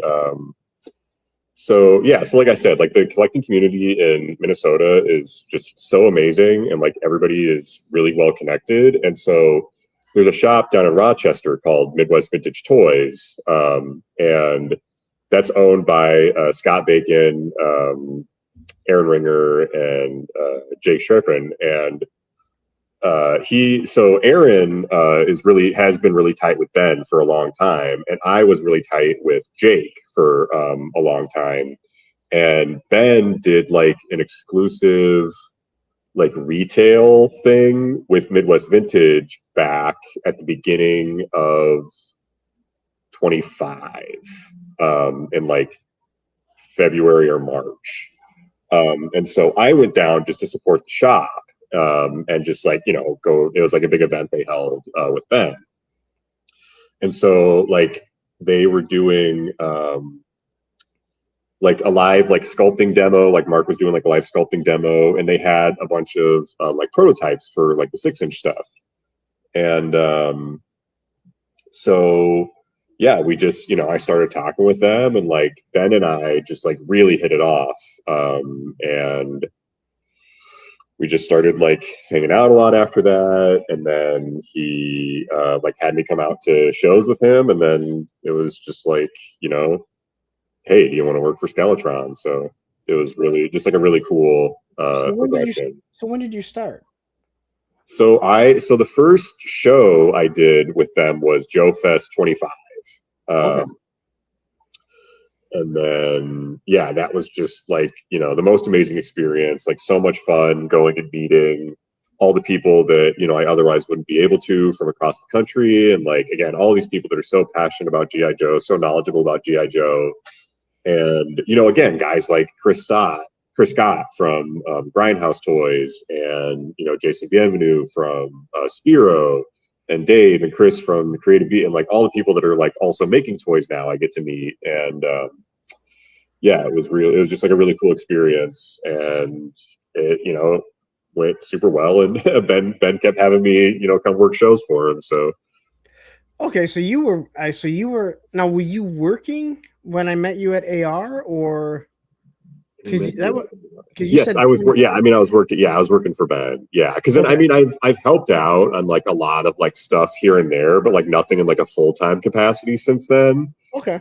But yeah, like I said, at the beginning of June, I came down and started full-time. Okay. All right. So you started full-time. Now, again, I wasn't sure, and that's why I kind of asked you. Like, I thought this was still like a passion project, and I talked to Ben about about everything that's gone on with him and selling, him, starting where he sold like his big, huge furniture business. Yeah. Yeah. Like, so if you guys haven't watched it, and don't go watch it right now, go watch my my interview with Ben from Skeletron. And the business that he sold was his dad's business originally that he started working at. He left years later, came back and bought it from the people that bought it from his dad. And then, from my understanding, sold it for a fairly significant amount. A pretty substantial amount of money, yes. Yeah, still stayed on, but then created Skeletron. And I thought it was just a passion project. And then, I mean, I knew he was serious about it, but, and I know at AR, he had told me that, and AR is assembly required if anyone doesn't realize it. That's when, he said, oh yeah, I think he had just retired from there. Like his contract had just ended. Yep. But I didn't realize that it was a full-time thing. So where are you guys located? Yeah. So we're located in Rochester, Minnesota. Okay. Now, is that like Rochester, New York? Or is it nice? No, it's really, so the thing about Rochester is it's kind of, we have the Mayo Clinic here, which is like, the #1 hospital in the world. Okay. And essentially the economy of Rochester is like either people that work at Mayo or people that work in jobs supporting people who work at Mayo. Okay. It's kind of a joke. So yeah, they call it Med City. And yeah, that's pretty much the big hospital is kind of like the only like big attraction down here, I gotta say. Okay, because I was in Webster, New York for training, and I was told you can go to Rochester, but it's nothing. It's not a very rich place. Rochester, Michigan is where rich people live. Sure. Rochester, New York is not. So now I'm obsessed with like Rochester in different areas. Yeah, I mean, just assume they're all rich. Like they're all rich people. I mean, of course, like, you know, with again, like it's the biggest hospital in the world. It's the yeah, it's the number one hospital in the world. So obviously, like there are a lot of really affluent people here that you know, like make really good money doing medical stuff. But there's also like a lot of people that are just, you know, again, like working middle class jobs and working, you know, minimum wage jobs. And I think it's a pretty healthy mix of economy status here for sure. All right. So what is it that you do at, like, what is everyone's role? Like, how many people work at Skeletron? Yeah. So right now it's just, yeah. So it's just Ben, Mark, and I. And because it's like a small operation, you know, we all got to wear a lot of hats and do like a lot of things. Like I said, we got like a lot of really cool stuff that we're, you know, trying to do and we're working on. And it kind of just, you know, takes each of us doing different things at different times to get it done. So cool shit, you know, is really what it comes down to at the end of the day. It's, you know, it's design and it's sales and it's customer service and it's, you know, like just everything that goes into a little startup thing. So is it a full-time job for Mark also? Yeah, well, so Mark's the co-owner. Him and Ben are partners. Okay. And he's still at Halcon full time. But he, like, obviously, like, again, I mean, he contributes so much, you know, and he's the one that does most of like the sculpt management. And he's, you know, pretty irreplaceable in that sense. So sure. When he tells you something, do you say, listen, don't talk to me part-time? I probably should more. Yeah. I don't know. Yeah. So who is sculpting? Does he actually design? Like, who designs the figures, or do you guys? So it's with, you know, when it comes down to those things, there's so many great artists that you sort of, you know, contract out to do different things. And so like it was for at least the Wolf Trooper, which is, you know, sort of the only base body we have in 6-inch currently. And that's also the body that gets used for the Assault Trooper. That was done by Corey, Fred, Azcan, and Mark. And each of them did like different pieces of it. And, you know, like I think Fred did like the main sculpt, and then Corey and Mark sort of like, you know, edited bits and pieces here and there. And like Mark did the head sculpt for like the Assault Trooper, and Corey did like all the backpacks. You know, Troy McKee and John Kukovic did like the weapons. So it's like, it's always a mix of people that goes into these sorts of things, at least the way that we do it. Now, because a lot of stuff you guys are doing, as you work in conjunction with Marauder, are they based in the same area too, or is it just something? No, I think Marauder John owns Marauders, and he's based on the East Coast for sure. And I know there's like one other of his crew that I think is in that same area, and they handle like a lot of these things. So yeah. All right. So my moderator is getting very itchy because he refuses to go to Joe Fest. So he wasn't able to get one of these Assault Troopers. Now, Matthew, if you went to Joe Fest, like myself and our other moderator, Ed, you could have gotten one of these. When is the Assault Trooper 6-inch going on the website? And Matthew, I agree, mayonnaise are absolutely gross. Oh no, mayonnaise is great. Oh God. Yeah, so I can't give any solid dates yet, but it will be probably within a month. Are you happy, Matthew? You could be like me and already have one, but that's, you know, you are allowed. I did check with Ed, not moderator Ed, but Ed, you know, Ed Schumacher, and he said you are allowed to go to Joe Fest. It is confirmed. You are allowed. There is no banning of Matthew Matson. All right. No, So Matt's great. Yeah, we met in Dallas, and it was fun getting to chat with him a little bit.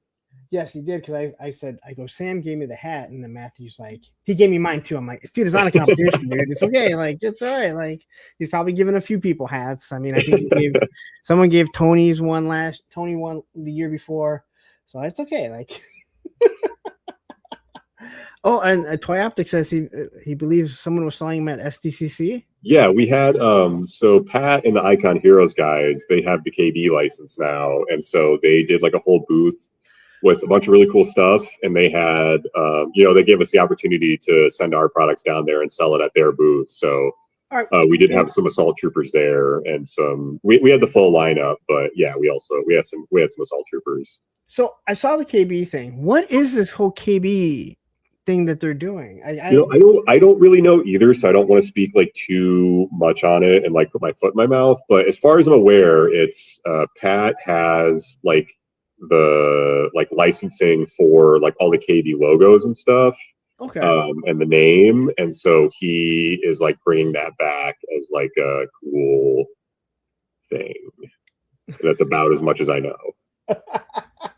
So, does it seem like he's just grabbing like independent companies and being like, "Hey, you know what? Let me sell." Yeah, I don't know enough to say. I'm not sure what the plan is with it.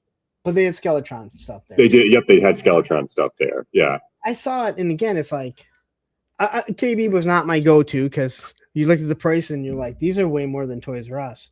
Yeah, their clearance is pretty good though.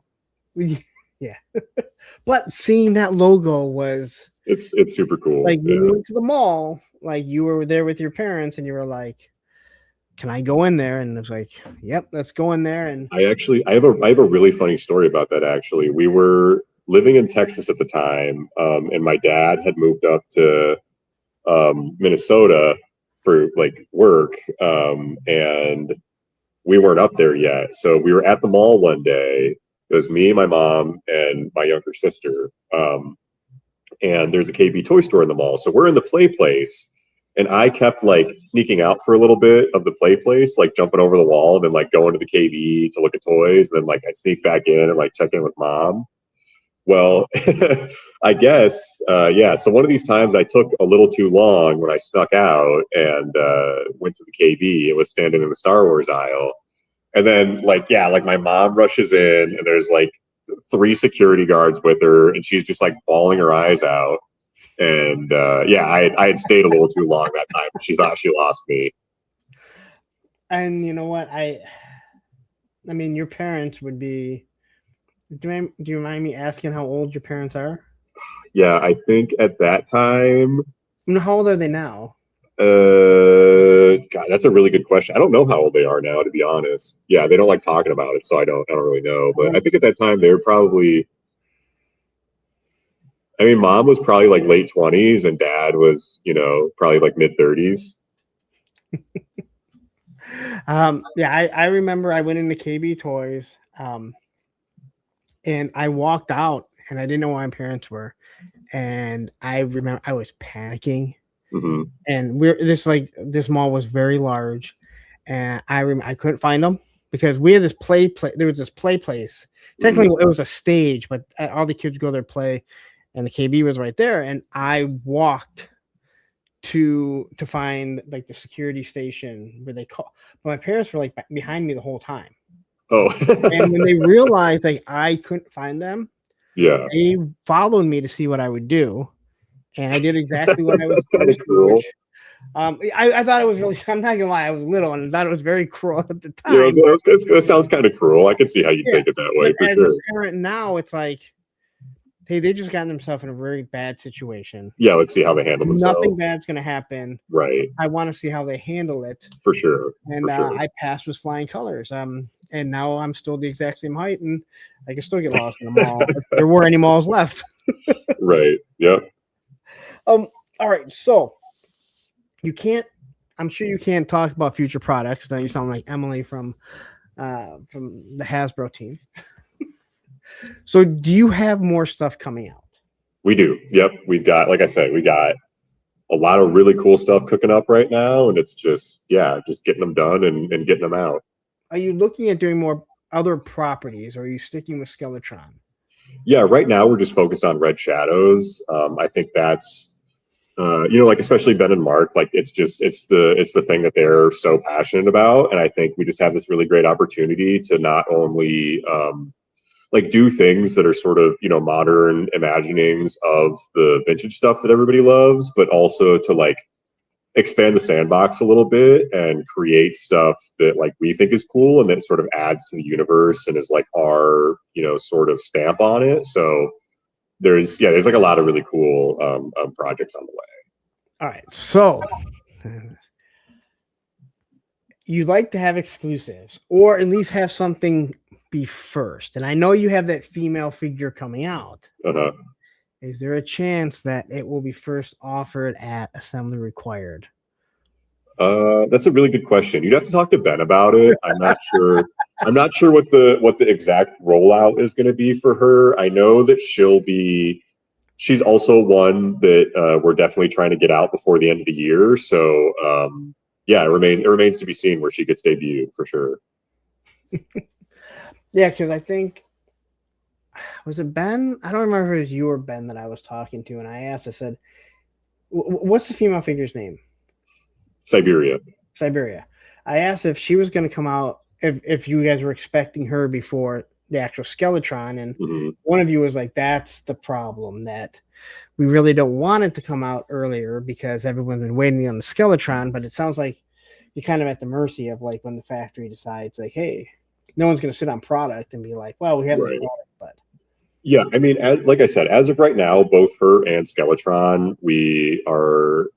I feel pretty confident in saying we're going to be able to deliver both of them before the end of the year. It's just a matter of when specifically that is. Okay. And what about the Skeletron figure? Yeah, he's sort of in the same boat where it's like he's like pretty much done. We have like final production samples of him from the factory that are good to go. And so now it's just a matter of, kind of like when he's actually going to be ready to go. All right. Gun Money Customs is asking, any chance of larger weapon accessory packs like the E-Web cannon?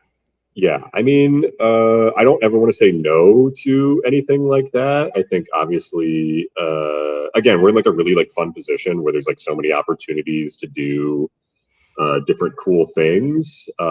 So, what is the E-Web cannon? I don't know. Are you referring to like the one that Red Laser comes with, like the HAL repaint from Action Force? I'm not sure. At least that's how I read it. Because I forget what the name of the vehicle is, but there is a repaint of the HAL from G.I. Joe in Palatoy that was like bright red, and that's like a big cannon. So what about the bazooka though? Like that the blast effects, the bazooka, the backpack is so good. Yeah, again, I didn't work on that, so I can like confidently say that it's like the coolest fucking thing ever. I think that like especially like, so again, like I'm a 4-inch guy, and so like the fact that they were able to do like all of that in the 4-inch scale, it just like it gave me such Pursuit of Cobra vibes, and I think it's just really just so amazing. Again, how like all the little accessories they're able to pack in there, and then have like everything store on the backpack itself. Like it's just the coolest thing in the world to me. All right, so JMK Customs, Mikey wants to know, when the fuck are we getting a damn Shadow Track? Yeah, dude, I don't know, man. Maybe one day. I don't know. We'll see. All right, so Gun Bunny saying no, the large blaster. Oh, you mean the UM cannon from like actual Star Wars? Yeah. I don't know. Like again, like maybe, I think again we've got like a lot of really cool projects cooking right now. And I think that's like a really cool sort of like style of gun. And so I won't say no to that for sure. So have you said, now that I'm full time, unlike part timer here, right? I should have my own face sculpt. Yeah, I don't know. I feel a little conflicted about that, actually. You'd think I'd be like super on board for like I'm with you, because I don't think I would want. Yeah, I don't know. It's like I don't know if I want like a little version of myself. It feels a little. I don't know. it's kind of weird. Because everyone Yeah. said that the leatherneck, classified leatherneck, looked like me, so it became Larry Neck, right? Okay. Which is fun. It's fun. It's a good joke, but it wasn't Right. modeled after me. Right. If someone actually, again, I guess if someone said, "Hey, we want to do a figure of you," it'd probably be hard to say no. First off, I don't know why For you'd want to sure. do a figure of me. It'd be hard to say no. It'd be very flattering, but at the same time, it's like I've seen the photography some people do, right? Right. I've seen the photography that some people do, Right. and that's kind of Thanos where I'm chapter at, is is like, watching. I'm talking to you. I don't need to see myself bent over somewhere as a toy. I just And don't, I God just, knows. yeah, like I think to your point, I know a lot of people that have a lot of fun with toys, and I just don't know if I need like my head involved in those things, Yeah, like I said, like the leather neck is cool because people say it looks like me. I don't see it, but everyone else does, so it's fun to play along. But it wasn't modeled after me, so it's like, okay, this is fun. I can play with it. I have an extra one. I have my dog Roman. He was repainted. Yeah. Yeah. So that's fun to do. But if like someone was like, we're doing a figure of you, which again, I don't know why you'd want a Punk with Toys figure, but there's stranger things out there. Right. Yeah. And again, I think like, like the canon, it's like, I'll never say never to anything, because like you just never know. But yeah, it's one of those things. I don't know how I feel about a Sam figure. So Is there a Ben coming?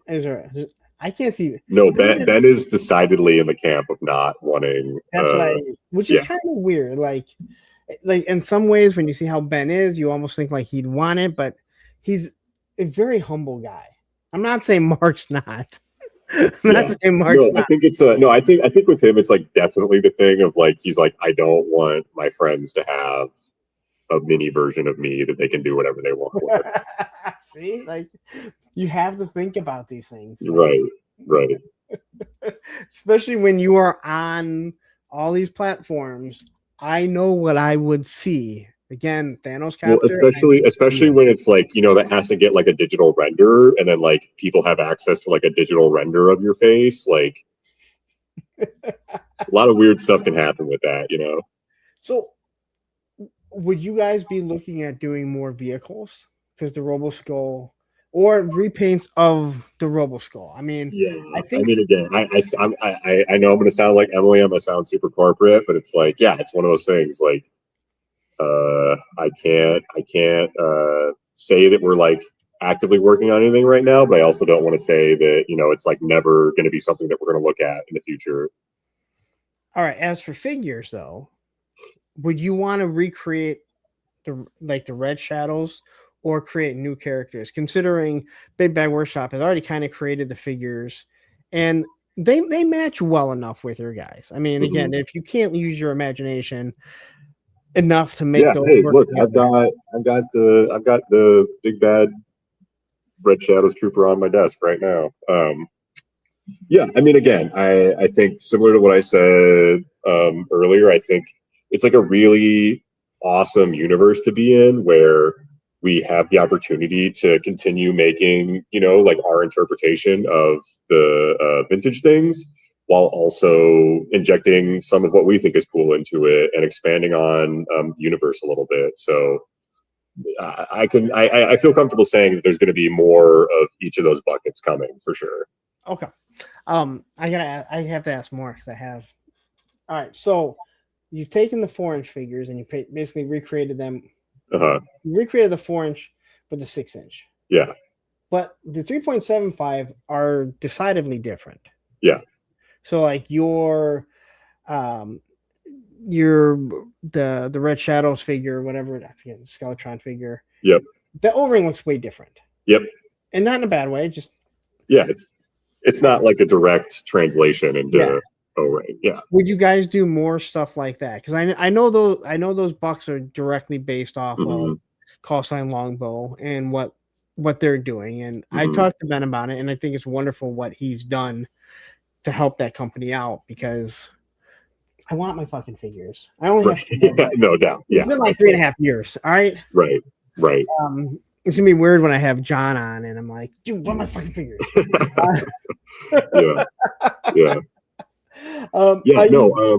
I mean, I think again, I sound like a broken record, but we Yeah, we love O-ring. O-ring is awesome, and we have a lot of plans for really cool O-ring stuff that is both cool new interpretations of things and also stuff that is a little more classic, I would say. All right, maybe you can answer this one because on the back of the box there was 2 figures that were like hidden that no one knew what they were.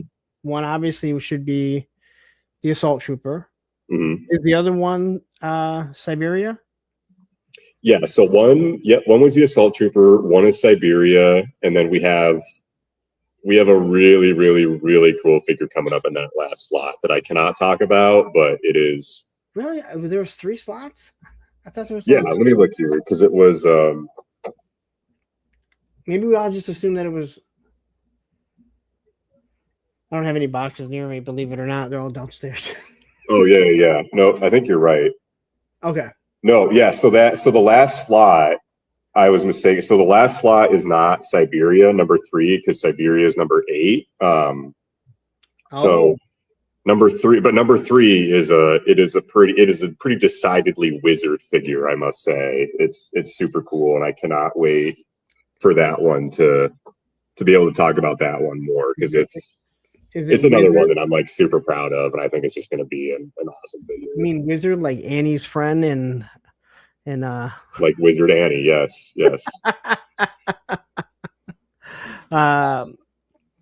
And JMK Custom says cool is a goddamn understatement.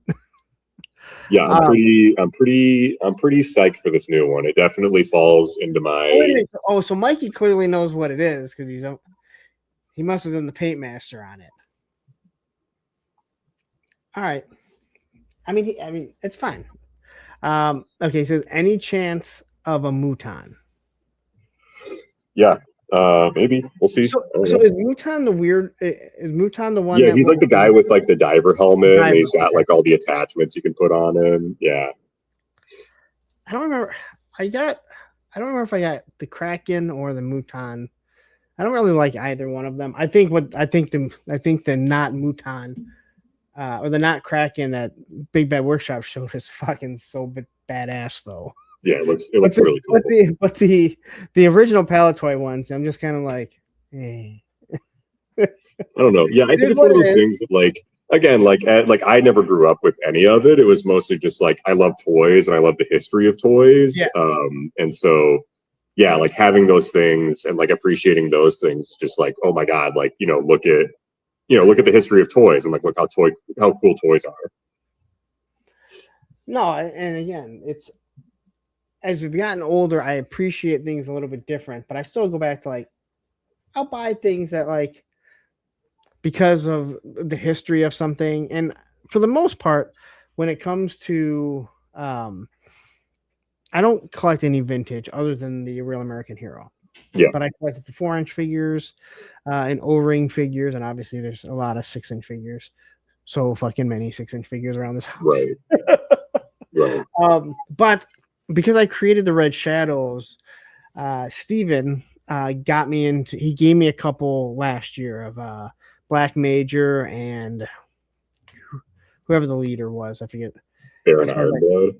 Yes, I'm like I need a couple more considering I created those. So he helped me pick up like 3 figures, 2 of the troopers, which didn't even dawn on me that your trooper is a remake of that one. Mm-hmm. I haven't even, again, like I said, I haven't even opened it yet. I see it downstairs every time I go down. I'm like, I gotta review it, but then I have this stuff coming in, and right. Sometimes you just don't want to. Like, I don't want to be in front of the camera. Mm-hmm. Totally. Believe it or not, people, I don't always want to be in front of the camera.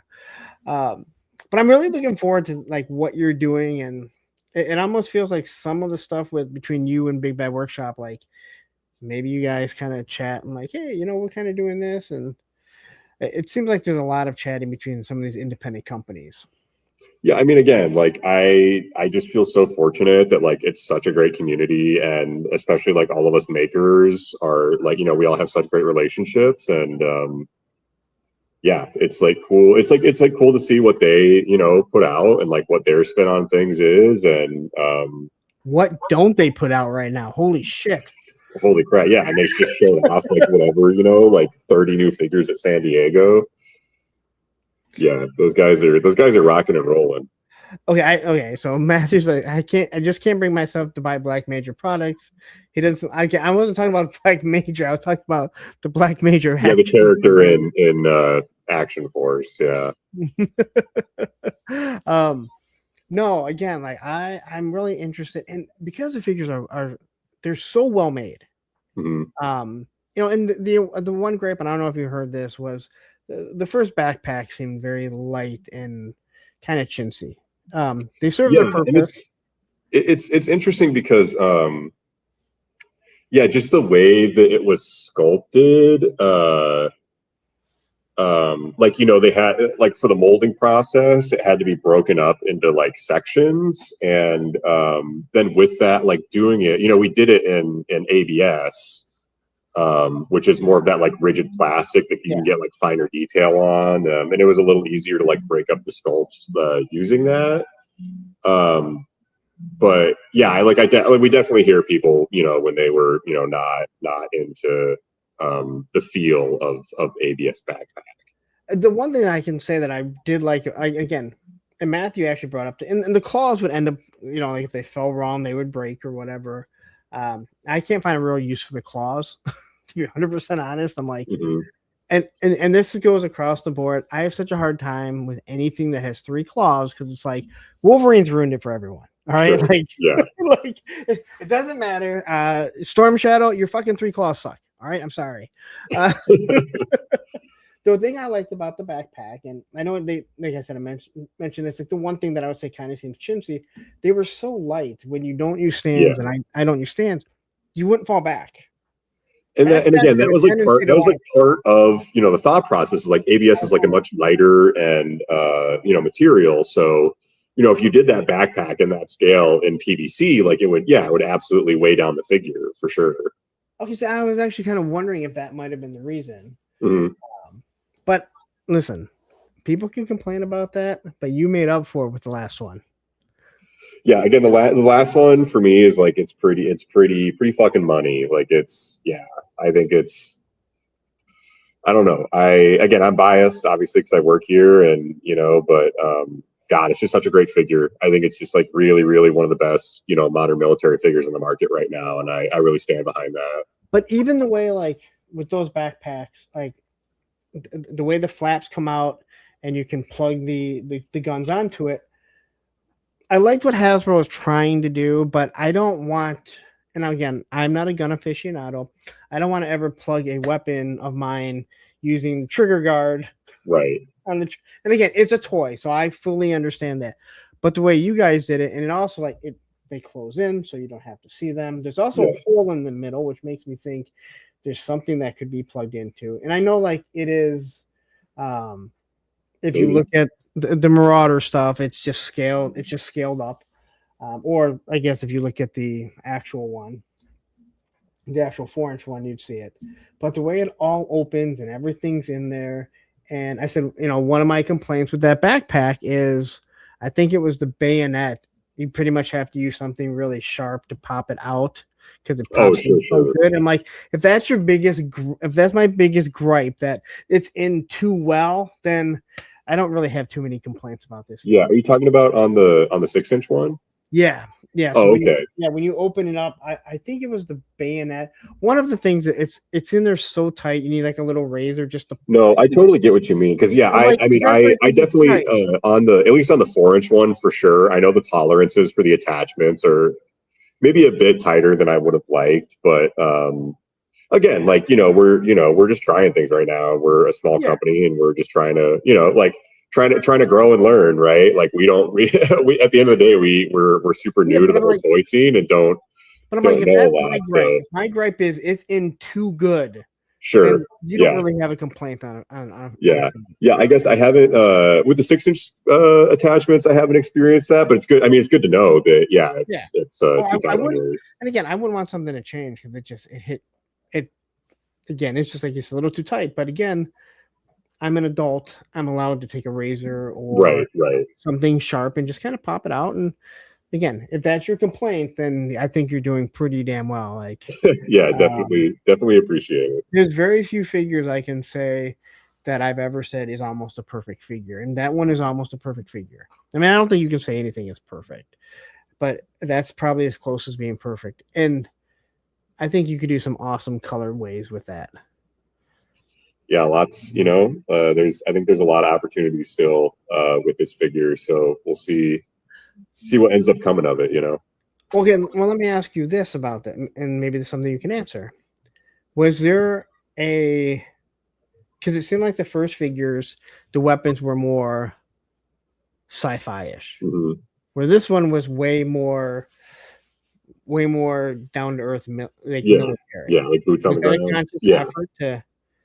Yeah, so it was. So I mean, the philosophy behind that really is that the Wolf Troopers are supposed to be more like space kind of operatives, and then the Assault Troopers are more like the ground troops that are on Earth and doing stuff in more urban and like jungle environments.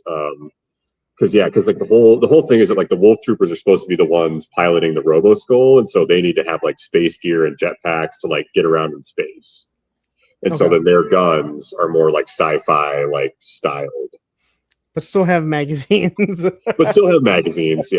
Yeah.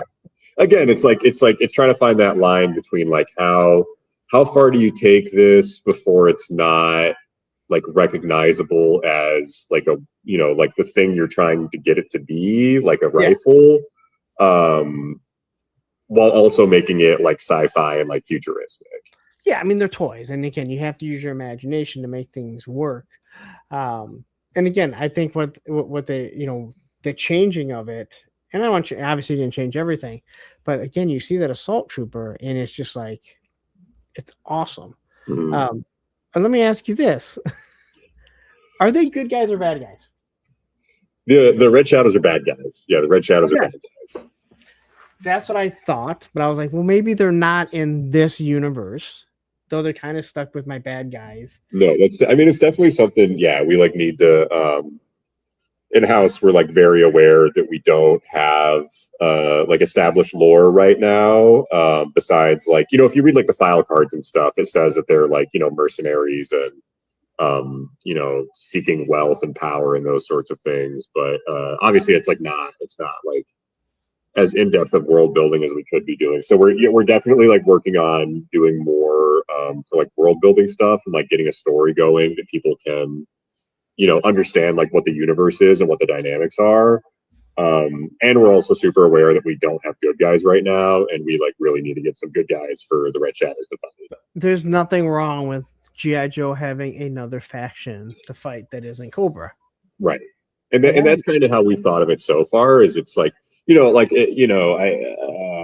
obviously, our goal is that these figures are, compatible with G.I. Joe Classified. So yeah, Zakanian says the Red Shadows are just trying to feed their families, man. Hey, man, yeah, everybody's just trying to put food on the table, It's all from your point of view if they're a good guy or a bad guy. Right. And that, and I think that's like really fun too, where it's like, again, like just having really cool, fun toys and like having the ability to be like, yeah, this is going to be whatever I want it to be, because it's not like rigidly attached to some piece of media that tells me what the, what the like conflict is or who's good and bad. I think when you come out with some good guys, you should make the leader, his face sculpt should look like Ben. Yeah.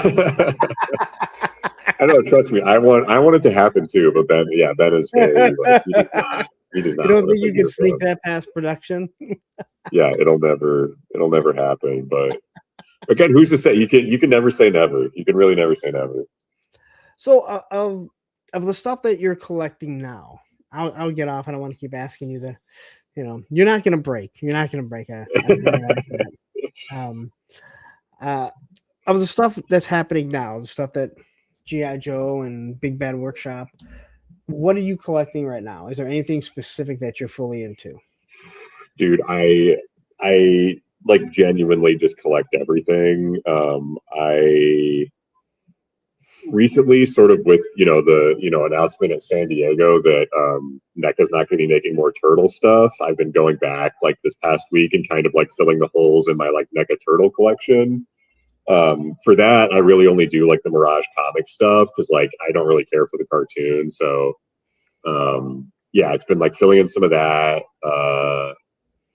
Like the main things that I like collect like religiously are like classified and Star Wars vintage collection. And I don't. So you do classified, Uh-huh. but you do Star Wars vintage, not Black Series. Yeah, no, I don't do any Black Series. Okay, that's interesting. Yeah, I do. Well, I do classified. So my story with classified is really like, again, like Pursuit of Cobra is my favorite toy line of all time. Like I love those figures, and like I was buying, a lot of Marauder stuff before classified, and like the boss fight hacks and the Eagle Force and like those sorts of things.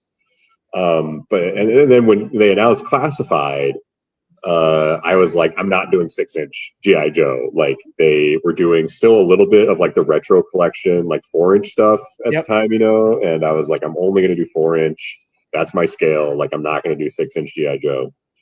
And then the shop that I was working at, I got in the first wave of classified, and I opened the Snake Eyes, and I was like, well, fuck, this is really cool. I guess I have to buy these. And then they just kept making them better and better and better. And like, I feel like I go through waves with classified where it's like, I don't buy it for like a long time because I'm like, whatever. And then like some figure will come out that I'm like really into, and I'll pick that up, and I'm like, fuck yeah, these are really cool. I got to go back and like get all the ones I don't have now. I think it's funny how many GI Joe collectors were like, 6-inch GI Joe will never work. Okay. I think some of them are still telling themselves that. Well, and we see how that's turned out, right? Like, I mean, I think it's totally reignited the community for GI Joe. And I think I would totally feel comfortable saying that I think GI Joe Classified is the best retail toy line right now, like by far. I mean, I think I'm a little biased, but I would agree. I think it is the hottest adult toy line that's going right now. And I think again, just in terms of like what you get, right? Like you get amazingly articulated, detailed 6-inch figure with a ton of accessories at the normal, whatever it is now, like $27.99 or $29.99 price point. Like Black Series is not giving you a ton of accessories. Marvel Legends is not giving you a ton of accessories. McFarlane's not giving you a ton of accessories. And like, like some of those figures have really good articulation. Some of those figures have really bad articulation. Like G.I. Joe, just every release fucking hits it out of the park in all those categories. And I know you were mistaken when you said some of those figures have good articulation. You did not mean to talk about McFarlane because we know he does not. I said some have good articulation, some don't have good articulation. But I tell you what, man, hey, I've got this McFarlane like multiverse vigilante on my desk right now too, and this guy is like pretty decently articulated. He can shoulder his rifle pretty well. Okay, so I do have the Sergeant Rock and the Trevor from Wonder Woman because he's military, and they fit with the Big Bad Workshop. No, they're taller. The Four Horsemen, not Roadblock. The Toy Lanta exclusive guy. Exclusive. Yeah. I forget what his code name was, but yeah. And they do have pretty good articulation, but I mean, you can't put that guy up against any classified. He just no.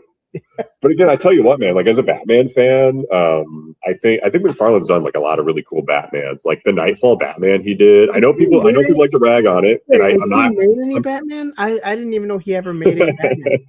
As a Batman fan, I've been eating pretty well with the McFarlane stuff. It's never something I totally get. Obviously, it's been way oversaturated with it, but like that Nightfall Batman he did, man, the blue and gray one. It's like the Neil Adams sort of that's like maybe the best 6-inch, 7-inch scale Batman figure. Oh, Let me go turn the lights back on quick. It's like that's a little strange.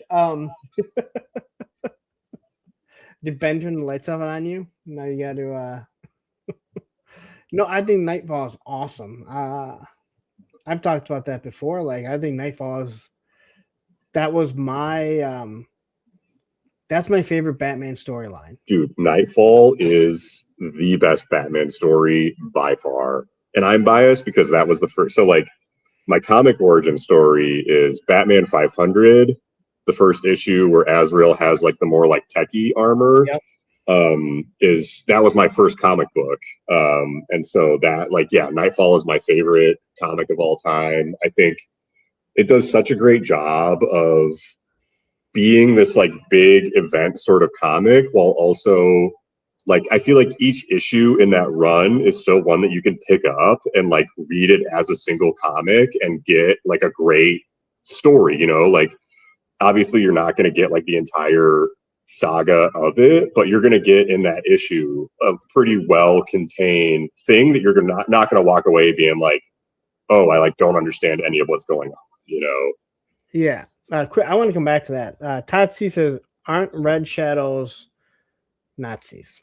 I mean, maybe the originals were, but yeah, I mean, back in the day, like obviously, I think there was a lot of like Palatoy made military figures, and one of those figures they made was like a World War II German trooper, and then that mold was used and repainted into the Red Shadows trooper. So some of the like styling is very similar, but yeah, I don't know if they were ever meant to like be Nazis in the original series, and obviously certainly ours are not meant to be like that. All right, back to Batman Nightfall. I like that's what I kind of got into reading. Like seriously, like reading the comics. Yeah. Before that, but leading into that, and I loved it because I really like Dick Grayson. And for me, I've said there's only 3 people that should ever be Batman: Bruce Wayne, Terry McGinnis, but that is Batman Beyond, and Dick Grayson. Like Dick Grayson is the only other person that should ever put the mantle on for a long period of time. And I love the fact that, especially during it, but after it, the animosity that like Dick kind of had, like, why would you ask him? Like, right. Why would you ask him? And he's like, you had already moved on. He was like, and I know how you feel about that suit. And he was like, but why would you? Right. He was like offended by it, and totally. Again, like he should have. And I think my take on that is always like, I think it's real. Yeah, like Dick is also one of my favorite characters, and I think it's like a really great. Yeah, because like obviously, like from my perspective, like I think Bruce was, he was trying to raise Dick to be the person that Dick is, right? To like not be like Bruce and not be like Batman. And I think, when he goes off as Nightwing, I think that definitely like brings Bruce some level of like, yeah, go be your own person, right? Like, don't live in my shadow. Don't try to like, do like he like Bruce. I feel like always has the sense of like he knows that like he doesn't want others to like be like he feels like he has to be who he is and be Batman, but he like doesn't want that for like the the people who are close to him and like his Robins.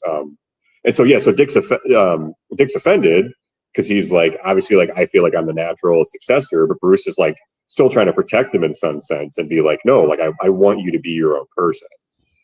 Yeah, and one of the things I remember when it's after Bruce beats Azrael, takes back the mantle, but he has to heal. Yeah. And so that's when he lets Dick take over. And Dick's like 2 inches shorter than him. And there's a story, like one of the pages when he first meets up with Commissioner Gordon. And he says, you're not the guy. Right. He's like, does it really matter? And he said, it did with the other guy. And I always thought that was really good because it was like, yeah, it's great. It's great. It didn't make him the exact same. It was like, I can tell you are not him. You're much slender. You're shorter. But I think like I remember reading those comic panels, and it was kind of like he knew who took the mantle. He knew that it was when well, not Dick Grayson. He knew that it was Robin who became, Nightwing, who now is taken out. So he could trust him, whereas Azrael he couldn't trust. But I love the Azrael suit. And I'll be honest, I looked at the Batman, I've looked at that and I'm like, I'm not gonna do that because I am excited to see what DC or what Mattel does. I'm so excited for what Mattel does. Okay, I want to talk about that. Yeah, so I'm a DC fan, like way more than I'm a Marvel fan. Like I love Marvel, but like DC is like what I really like connected with growing up and reading. And dude, yeah, so like, I love He-Man and Masters of the Universe too. And I think that what they've done with Chronicles is like fucking killer. And yeah, sure, you can like nitpick those figures to death if you want, but I think like the direction they're heading is like so good. And especially seeing the Clawful and the Merman and the Tila they showed off at San Diego. Oh, dude. And as I talked about on my show, and we talked about in Circle of Jerks, it's like when you see those, you're like, that Clawful and that Merman could fit in with your Mythic Legions, your Crucibles, and at a much better. Again, Mythic Legions and Savage Crucibles, they're not even a high price point in my opinion, but that is a much easier price point to accept. But that Clawful and that Merman is like, I'm not really collecting Master of the Universe, although I do have this thing. Which the Jim-Bro Skeletor. Yeah, I missed that one. Yeah, that one's really cool. Good. It's so much fun. Yeah. But like bringing the scale down, but still keeping the Masterverse. So they're still making Masterverse figures. And I looked at okay, so they have the DC license. There's two ways that Mattel can go about it. They can say, well, we already do 7-inch figures. We can do 7-inch figures so they fit in with the McFarlane figures, so people that don't want to say I don't want to scrap everything. Right. Or you bring the scale down to 6-inch, and then those people that are really big DC fans know, well, if I want to continue collecting, I'm going to have to go to that scale, which means I have to rebuy Batman. Hell, they're already doing Joker Eye stuff. But for me, the bigger thing was you bring it down to 6-inch. This is where you get the Marvel fans that go, I always wanted to see Batman versus Captain America. And the only way that I could get that to happen is if I bought a Mezco figure, which might be $120. Now, or if you buy like an old DC Direct, it's like not up to current standards by any means. Yeah. And then when you see what Chronicles did and you see their articulation, and then how when you look at this core DC line and you're like, that's what the sculpts look like. Dude, I bought those kid figures and I was like, these are awesome. Like you throw like an ab crunch in there and like some ankle articulation. I was like, these are almost good to go, Yeah, I'm super excited. I'm so excited for what Mattel is going to do. Cause even before they had announced Chronicles, when they were just doing Masterverse, I was like, dude, these are all I love Masterverse. I've got all the Masterverse stuff. And what they do with wrestling, I don't know if you get any wrestling stuff. Like their wrestling figures are fucking money. So yeah, some people really love them. I don't collect them. I have Hulk Hogan, and then someone sent me a Ultimate Warrior in a suit. Yeah. But some people absolutely love them, and they're like, yeah, they have the lower end ones, but then they have the elite ones. They have much better articulation. And when you look at the Masterverse and when you look at the Chronicles, I grabbed the I did grab the actual Skeletor, but I bought the Scarecrow because I found it. Like this is really good plastic. The articulation, again, I don't think they should put that super articulated pose, and they can't do that. So you should probably not have that pose. Yeah, I mean, again, obviously, I think my one nitpick with those figures is obviously I wish there was more articulation in the torsos because I just don't think there's any reason for them to not have the range of motion that they could. But I think that again, it's like their first foray into this sort of design, and I think that they could totally improve that over time.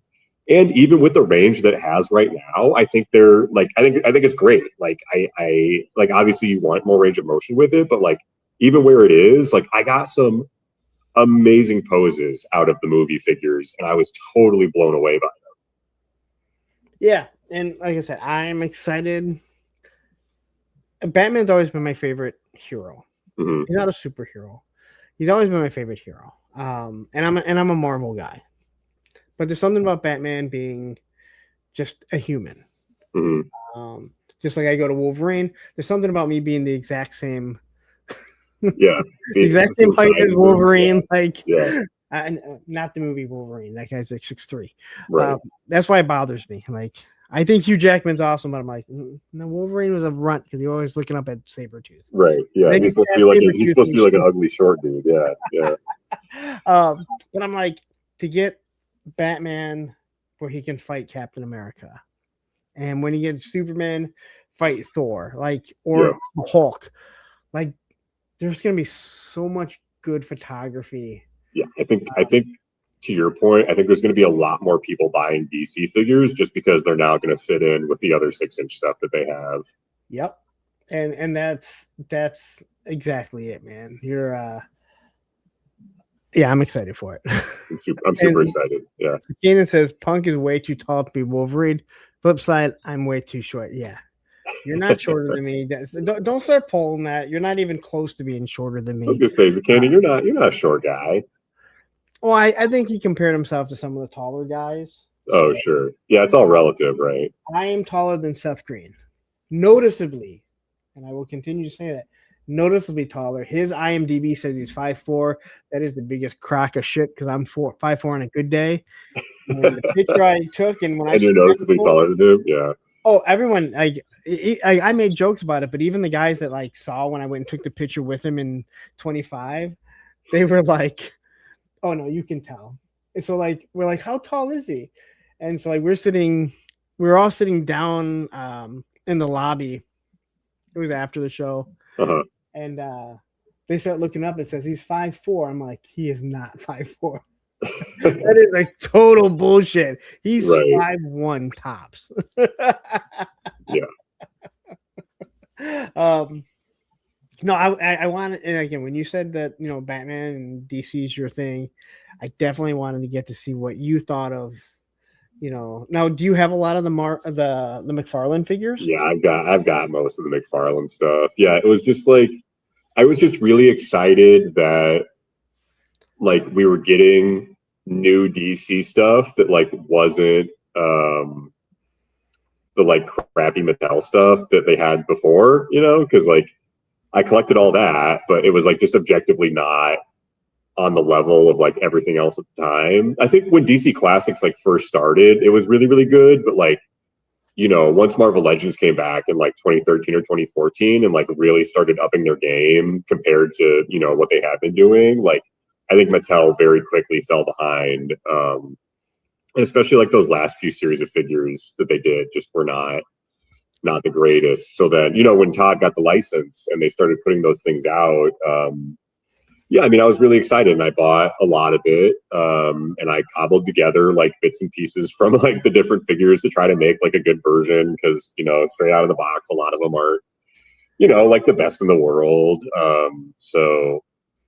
But yeah, I'm not going to miss them. I'll say that. And I think what's funny is I lost my train of thought. No, it's good. Yeah, I have one buddy that's like he's like an exclusively McFarlane collector, and he's like really butthurt about McFarlane losing the license. And now is he a DC guy or he is? Yeah, he's a pretty. I mean, obviously, like he gets some of like he's a big Star Wars guy, so he gets like like some of the Mayfek Star Wars stuff, and he does do like Marvel Legends here and there, but like his main thing is DC. So. No, and again, that's what I was going to say is I think, I talked about earlier how the independents, how you guys, I think, push each other. Mm-hmm. Where I look at Hasbro, and I think Mattel is going to compete more with Hasbro because they're the two big companies. Right. But like Hasbro, I think that the G.I. Joe line, the classified line, doing what it did it made Marvel Legends be like, we have to do better. First off, we're much bigger because we're Marvel.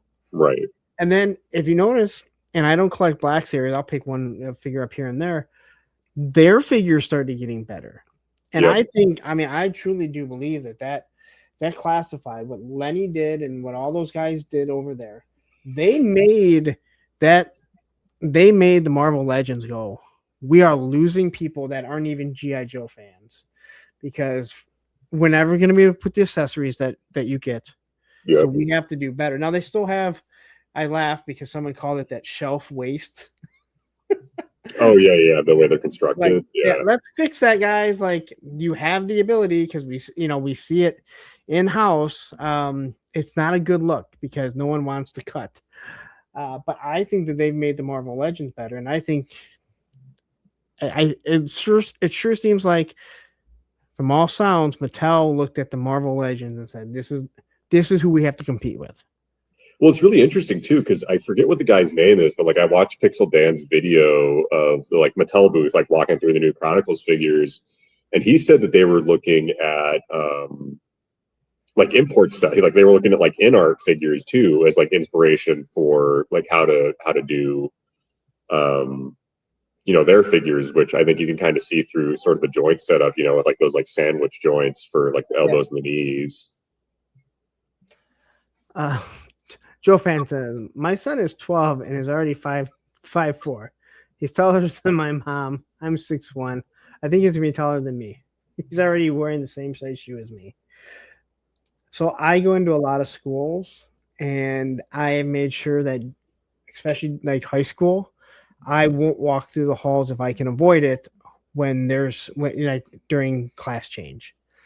Because I'm the same. You don't want to get lost in the scuffle of children. Well, yeah, because I actually had at one of the private schools I was talking to my contact. This was years ago. And I told you I used to look really young, and I was talking to the contact and explaining everything, and the principal was standing there. And then when we stopped talking, he goes, "I was about to yell at you," and I was like, "That wasn't going to go." I'm thinking that's not going to go very well.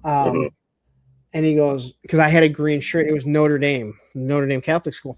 I had a green shirt that very much looked like their colors. And he goes, "I thought you were a student, and students aren't allowed to have facial hair. But then listening to your conversation, I realized that you're a vendor." And I'm like, "Yeah, well, I'm the same height as these guys." But yeah, I'm excited to see what all these companies are doing. I'm excited to see what like the independents, like what you guys are doing. And I know I kind of busted your balls trying to get things out. Doesn't hurt to try. No, you got to try. Of course. You gotta ask the questions. I mean, again, I don't think anyone was expecting to see Siberia, right? That's her name, Siberia. Yep, Siberia. Yeah, she's really cool, and that one was totally like top to bottom done by Mark. So I know like he's really proud of that. That's like the first like full figure that he's done. And I think, yeah, I mean, again, I think she just turned out so well. She's such a cool figure. It's so clearly that looks like that could be also retooled to be a female Skeletron figure. Yeah, who knows? Again, like obviously you want to make use of what you got. So potentially. Hey, you know what? I mean, it really bothers me. It doesn't bother me. I just hate reading it. It doesn't bother me. I hate reading it when the Facebook groups and these people are complaining about how much the classified and they're reusing bucks and these should all be new bucks. Oh, yeah. If you thought do you really think that they can do a new buck for every? You think $28 is bad? You're talking about $128 if they're reusing the buck for everything. Yeah, it just doesn't. I mean, again, it's like obviously like in a perfect world, like yeah, of course, you'd want to do unique sculpts for everybody, but it's like, that's I think again, like talking about, I've talked a number of times. I think about right, like walking that line of like what is. How do you make the most of the stuff you've got, and like where is it appropriate or like necessary to make new pieces? So, I think we're in a really fortunate genre, like classified, and like at least what we do with like more of the modern military sort of figures, where I think you can get away with a little more reuse. Big Bad Workshop gets away with a lot of reuse, and Wait, they don't have reuse. but it's the style. It's military, right? Like people. There's a lot of shared parts and shared, like in real life, right? Like people, there's only like so many so much gear, and so much fatigues that people have, and so you can get away with a lot more in the military space, I think. When you hear people complain about them reusing this and reusing that, I'm like, why don't you go to a Chrysler dealership and start looking at the cars and being like, hey, why is this radio in this car and also that truck over there? Like, they reuse a lot of stuff because all that stuff costs money. Yeah. And again, it's like, I don't know. Yeah. I think there's a lot of people that just like to, they just like to Complain. Yeah, they just like to complain and like to point out things that, they have gripes about and act like it makes the figure terrible. And I feel like that's always like, it's a balancing act. I'm sure, obviously, as like a reviewer, it's like, because like, of course, right? Like with everything, like you said, nothing's perfect. And there's always going to be something you're like, oh, that could probably be better. But there's a difference between being like, oh, that could probably be better, and like, oh, this figure's fucking garbage. Like, oh my God, I can't believe somebody would do this. Yeah, and one of the things, as as someone who does reviews, and you read the comments, and there are certain people, like when you're not overly negative on a figure, it's like when something's not good, and when you don't bash the designer, and or like if it's an independent, you don't bash the company. It's like, first off, it's not personal. The reason why, Right. Lenny and I can have a relationship reviewing all these G.I. Joe figures is, even when I didn't like something, I didn't go like, this guy doesn't fucking know anything. He doesn't even give it, like, it's not personal, and also, especially with the corporation, like we talked, a lot of the stuff is out of his hands once it leaves, and you're going back and forth, and Hasbro's like, we want this done. And I've listened to Bill, Bill Murphy talk, and he's like, there were certain things where like, this isn't good. We have to wait. Like, we have to get this fixed before we push it out. Where Hasbro's like, hey, we have a quota we have to fit. Right. So, let's do this. But these people, they want you to criticize them. It's like, I have no reason to criticize the man or woman that is designing this. Like, they're just doing their job. And I think even like, outside of a personal level, I think, right. Again, it's like there's no toy is perfect. And I think, the people that like hang on to like nitpicks or like something or that like isn't great about a figure, and then they're just like, oh my God, this figure sucks, and it's like, well, I think we could be a little more nuanced than that. And also, like, again, like there's plenty of figures I have that I'm like, yeah, like sure, there's bits and pieces here that I'm not like the biggest fan of, or like I wish they would have done this or that differently, but like overall I love this figure. It's a great figure. And that's just it. You can have complaints and still like something. And like Todd T says, you could also not buy the product either. And that's absolutely true. And there are people that have thought like, you just bought that so you could review it, so you can tear it apart. I'm like, do you think that YouTube pays me that much money? Like, do you think there are some figures that, yes, I will cover the price of the figure. They are almost all G.I. Joes when that happens. Yeah. It's not every G.I. Joe. Yeah. And from time to time, Maximum Hulk, actually Professor Hulk, if you can believe that one, Red Sonja, those may have, and Declan, those may have been the only non-G.I. Joe figures that actually paid for themselves. Through YouTube. Okay. Yeah. Through YouTube, right? Right. G.I. Joes, there's a handful of G.I. Joes that have paid for themselves. There are some that still will make like $5, and you're like, all right, well, that's, it came out to be $30. It cost me $25. I'm still right. It's like $5 off your purchase. Yeah. Yeah. But again, I suppose put a lot of work into it, and of course, it takes time to get there. But people, again, they want you to destroy something, and I've never bought something to tear it apart. I bought it because I wanted it, and sometimes it's bad, and you're going to, unfortunately, you have to be You don't have to be negative. You just have to be honest. Yeah, And 100%. Yeah, my opinion might be different than yours. My experience may be completely different than yours. for sure. And there are plenty of figures that I'm like, this is just not a good figure, but I really like it.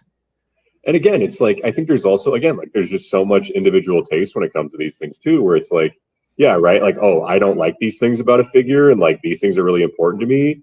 And then there's like some people, yeah, and then it's like, yeah, but then there's some people that are like, oh my God, like they don't even care about that, right? Like, and it like doesn't even matter to them. So it's like, why would I like go and say that this figure sucks for these things when it's like, I'm trying to think of an example right now, but it's like, right, like, okay, so for me, like boot swivel is like a really big thing. Like I like really need boot swivel on a figure. It's like really important for me.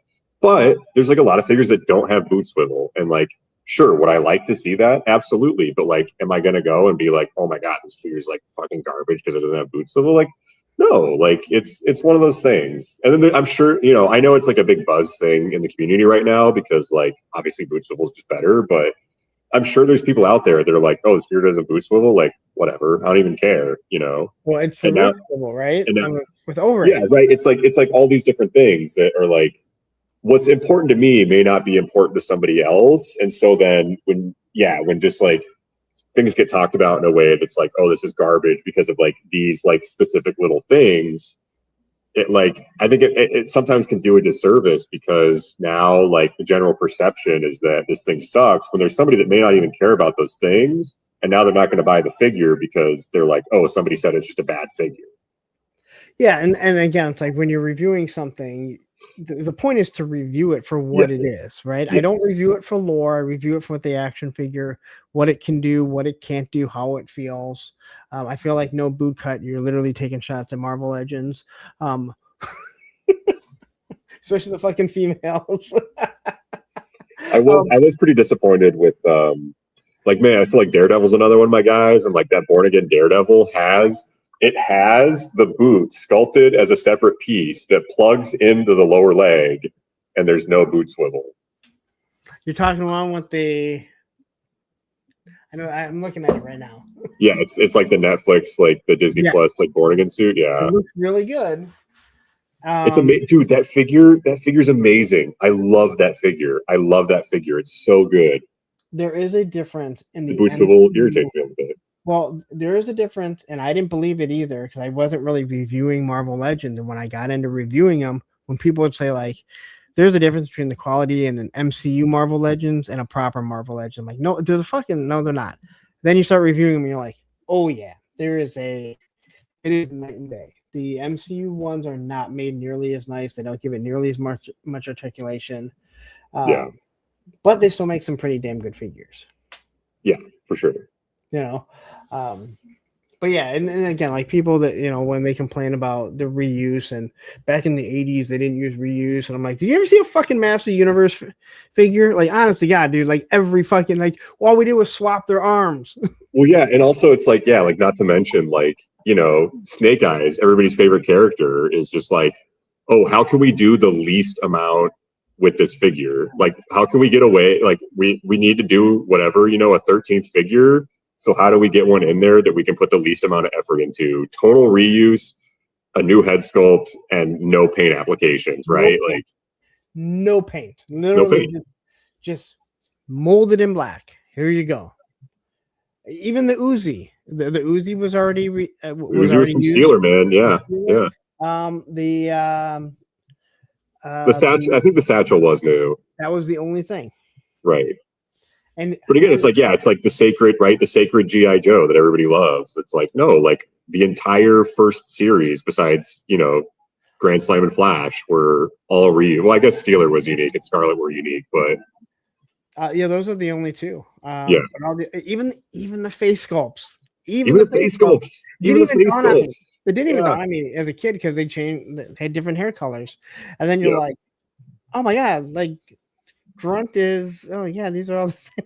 Yeah, I mean, again, it's always been a part of the industry, and I don't know. Yeah, but it's all. I feel like there has to be some level too where people where it's like, like everybody knows now, right? Like we just live in a day and age where like everybody knows that like reuse is just like a part of like what you have to do to like make toys. And it's like, yeah, if like you don't like that, then like I don't know, don't buy it. Or like, when you do the reuse, can you make it so when I look at it, I don't see it? That's the biggest thing, right? Like you look at the classified, how many different pieces of bucks can they use? Now they can, and early on when I do the reviews, I would try and point out. Now I don't even. There's just so many that it's like I don't even care because I'm looking at a figure. How does it translate into maybe looking like the original O-ring? How has it changed? So I don't care that this has Stalker's legs and it has Snake Eyes' buck. Someone's probably going to say Snake Eyes and Stalker have the same buck. Why? I understand. I was wrong. Right. But when everyone was like, "Oh, hey, that one's using Outback's buck," like that was like the big thing, and it was like, after a while, you're like, they have so many, it doesn't even matter. And again, I think you make a good point where it's like, you know what, this looks different. Like this looks like a character, right? Like I don't really care that it's using this person's arms or these legs or this torso. You know what I mean? Like it's just cool. Yeah. Tatsi says the complaint I have with classified, all the females have the same buck pretty much. We could use one more. My complaint with the female bucks is they kind of feel chintzy. Some of them, and the females, some of them, all the Scarlet bucks, the feet, they go like this, which means the fucking figure falls forward. Don't make feet like that. Yeah, no, it's definitely, trying to do the upturned like foot that is not, it's it causes an issue with the ninjas. The only one it doesn't really cause a problem with is the Crimson Guard, who they also have the toes that go up, but it doesn't really cause a huge problem with them. Interesting. But if you don't pose the ninjas right, they tend to want to go forward. The females are the worst, and I don't use stand, so right. Scarlet may be kind of like looking. She's just barely balanced against something. You can look for it when I do a review. when I do my walk. That retro Scarlet that came out with a few years ago is like, it's like one of my favorite figures in the line. I love that figure. It looks great, but she falls over. But she falls over with the boots, and that means Glenda falls over. That means I forget who there was Glenda, and then I forget who the other one was. But it's just one of those things. It's like, oh well, you figure it out. And again, if you can make the figures like different, make them look like different characters, then great. Yeah, that's all that matters. It's like I really like your whatever comment too, because it's like, listen, again, like I like toys in my life, right? Toys and comics in my life. I love toys and comics more. Again, wish everybody could love something as much as I love them. But also, like, if there's something that comes out like that, and it's like, oh yeah, that sucks. Like, okay, like I feel like there's people that really like they get so bent out of shape about some of these things, and it's like maybe we could just like take a breath and like recognize that this is a toy. And at the end of the day, it can like sometimes toys suck, and that's fine. It is kind of crazy. And listen, I am one. I've gotten mad. I've gotten mad over certain things. I'm not gonna lie. That'd be a total lie, and people would be like, "I remember this." Yeah, I remember. All right, I remember when I got mad, but I was on steroids, so it was okay. No, Are you on the TRT, Larry? I was on. It wasn't enhancement steroids. It was what the fuck is the steroid? But I was on them, and it was when I lost my Instagram, or when I started getting copyright strikes, and let's just say it was not a good mix. Sure. I gotcha. It was a good mix for everyone else because everyone got all the entertainment out of it. Yeah. But yeah, we get a lot of things, and we use the bucks, and it's perfectly fine as long as you can make it so people don't notice. Mm-hmm. And real talk, real deal says he made a comment about the really liking the original classified, but he said plus the Thunder Machine sealed the deal on me not coming back to classifieds. And I'll say this: make sure wait till you see it first. Like everyone said the Triple T didn't look that good when you saw the digital render, and then people saw it and they're like, yeah, it looks different. And it is supposed to be different. So but you know what, that's great. There's a specific toy line for other people. And again, if you don't like it, and I'm not saying in a mean way, but hey, if you don't like it, there's something else. Like if Classified went away, I would have other stuff that I could spend my money on. Yeah, I don't know. Again, it's one of those things for me where it's like, okay, yeah, like this one's not doing it for me. Okay, Yeah. right, and then it's just like that's really all it comes down to. Like I don't know. Yeah, and Mikey here, it just seems like a waste to get like real bent out of shape about it. It all depends. I lost it with the Marvel Legends Falcon because his wings wouldn't stay on. Oh, okay. That one I chucked across the room, or I chucked behind me. And then there was the first Savage Crucibles that I tossed it. I was really mad, but no one saw the half hour that I sat there trying to pose him and he kept falling over. Yeah. Yeah, those were the only two I got. I take that back. There was a Super 7 Chitara and Tigra that you can. One of them, I think it's Tigra. You can visibly see me starting to get more and more mad. Sure. How bad it was. And JMK Custom Works saying, as a customizer, it comes down to being clever with reuse and masking it with accessories and good paint schemes. No, and that's it right there. It goes back to all the people complaining there's too many Snake Eyes. I'm like, are they giving you new characters? Because I don't care. They give me one Snake Eyes. They could give a new Snake Eyes in every single, another Snake Eyes in every wave. But if there's other 4 characters and new characters, then who cares? I don't have to buy that one if you don't want it. They're giving you new characters, and that's what really matters. Right. All right. So King Panther asks quickly, he says, Sam, is there an 80s franchise that would be a dream project to produce? Motu, Thundercats, Star Wars, Marvel, Transformers. Man, that's a really good question. I think you meant 90s for you. 90s. Right. Yeah, I mean, again, like DC, super, super special to me. So, like, I would love the chance to, work on some DC figures. Otherwise, yeah, it's tough because I'm a fan of everything. So, like, yeah, like I'd love to do, Ninja Turtles, and I'd love to do, Transformers and Thundercats and Motu, but I think if I had to pick, it'd probably be DC. I'd love to do some DC figures. So here's a product. Here's a line. You probably don't know what it is, but I bet Ben would know. How old is Mark? Mark's about the same age as Ben. Jason the Wheeled Warriors. I remember Jason the Wheeled Warriors. Yeah, I think that would fit perfect with you guys. Yeah, we'll see. I don't know.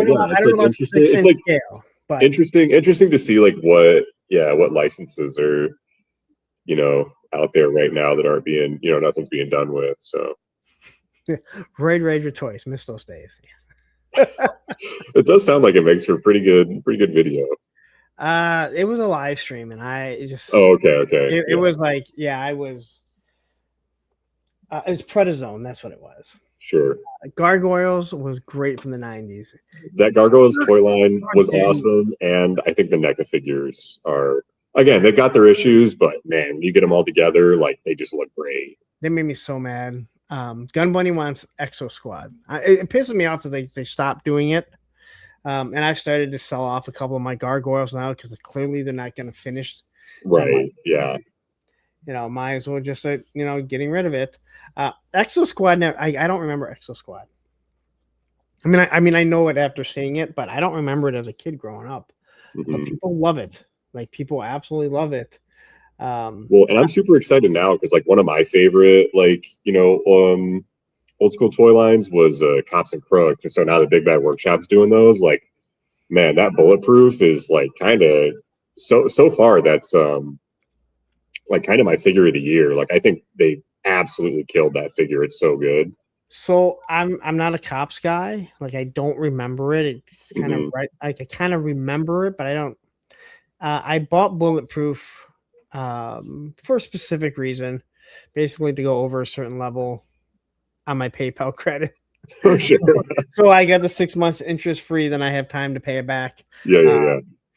And I wasn't gonna buy it, and that's the only reason why I got it. But he works for me because he can just be a detective because his trench coat covers Yep. cybernetic body. I don't see myself going down that road. Okay. Maybe that police officer. Yeah, long arm is really cool. Yeah, long arm, but he still kind of has like the weird boots. They want like a police force, but they're coming out with a SWAT team. They're coming with detectives. They're doing, man, that NPC line and the FBI guys, like, oh man, they got a lot of really cool shit coming for sure. So okay, people are asking here, 6'10" Yojo Daddy saying, any chance we get Kraken or Muton in 6-inch? Like I said, I really look forward to doing, hopefully doing some updated stuff for the vintage guys, and also like injecting some of our stuff in. So we got a lot of really cool stuff on the horizon. I'm so excited to be able to talk more about a lot of it once we're ready to. Clint Jorgensen says, gotta go with Batman McFarlane as my figure of the year. And then we have was this Intangible? Wait, is this Intangible Dandy? Did I get that right? Yes, Bulletproof is phenomenal. Hoping the Cops line gets some more traction. It seemed like they are really, they're really into it, and they want to push it. I don't see why they wouldn't. Seems like it's being received really well. Again, cool. Yeah, for me, outside of like our stuff like that, the Bulletproof is my figure of the year right now. I was really, really impressed with it. And that's just it. Like for me, like I had no intention to get it, and I got it for one reason. I reviewed it. Yep. I like the figure. It can cover up that. It's not for me, but it's for somebody. And I'm glad that. And here's a crazy concept. I think you'll agree with this. I cannot like something or not want something and be happy for the other people that are excited for it. Like it's okay because I'm getting Jeju classified. Like I'm happy with it. I'm happy with most of the Big Bad Workshop stuff, and then the Skeletron figures, like again, that last figure is so good. It's I love this guy. So and I made you change it so he wasn't killing everyone with his back blast. Yeah, you did. Yeah, you pointed it out, and I was like, "Damn!" Because I had been thinking about that, and I was like, nobody's gonna notice. That's the funnious thing because Larry noticed when I pointed out that dude, like he's killing his, and you're like, I was hoping no one was gonna notice. and then you're like, and then you're changing it up, and I'm like, yep. So King Panther asked, he says, Pumpkin Sam, what do you guys think about Mythic Legions trying their hand at bringing back Skeleton Warriors? I think they look great. I think those look like so much fun. I think it's such a great move for them because it's one of those things that it is like fun and new, and like it gets, it's a little more colorful, but it also like fits in with what their established sort of line is, with the Mythic Legions. And like obviously I am assuming a lot of those parts are going to be compatible with the current stuff that they have. But it's also, it's like one of those fun, like old toy lines. It's like, some people remember it, some people don't. And I just think it's fun. I'm probably not going to get any just because, again, it's like, it's just not something that really does it for me, but I think it's a great move for them. And I think it's, it just looks like a lot of fun stuff. I don't have any like high-end skeleton. As a matter of fact, I was going to say I don't have any skeleton figures. I think I have a glow in the dark, and because there's glow in the dark Mythic Legion, and then I have the glow in the dark skeletons from Motu Origins, and I bought them because they glow in the darks. I don't have any like skeleton figures, and it doesn't make any sense because you could always use them in the background of corpses and stuff like that. Yeah, and I know there's a lot of people that like just collect skeleton figures too. So people love them. Mm-hmm. It's not my thing. I think Mythic Legions. When it comes to paint and everything, they're second to none. I'm not saying there aren't people as good, but they're so good. the articulation is, it's. I wish they would figure something out. Like, Yeah. there comes a time. It's called evolution. That hey, people want double pinless joints. Again, the Mythic Legions people. They are. Yeah, they're a whole cabal as it is. Yeah, but yeah, I think I mean again, like obviously the Horsemen are, they're responsible for so many great, like especially like from when I was growing up, like they did all, the 2000X stuff, and they did DC Classics, and then they did, the first like NECA Mirage Turtles were like their sculpts. So, they've obviously contributed like so much to the toy industry. And yeah, but I also think, like obviously people have their complaints about, Mythic Legions and, articulation stuff. But I think like, especially like one of these like last few series they did had the Atlas and that like Persian sort of like skeleton dude. Like, oh my God, the detail and accessories on those guys is insane. And then with some of the new stuff they have coming out, like they've got that Roman gladiator guy or like the Roman like sentry guy.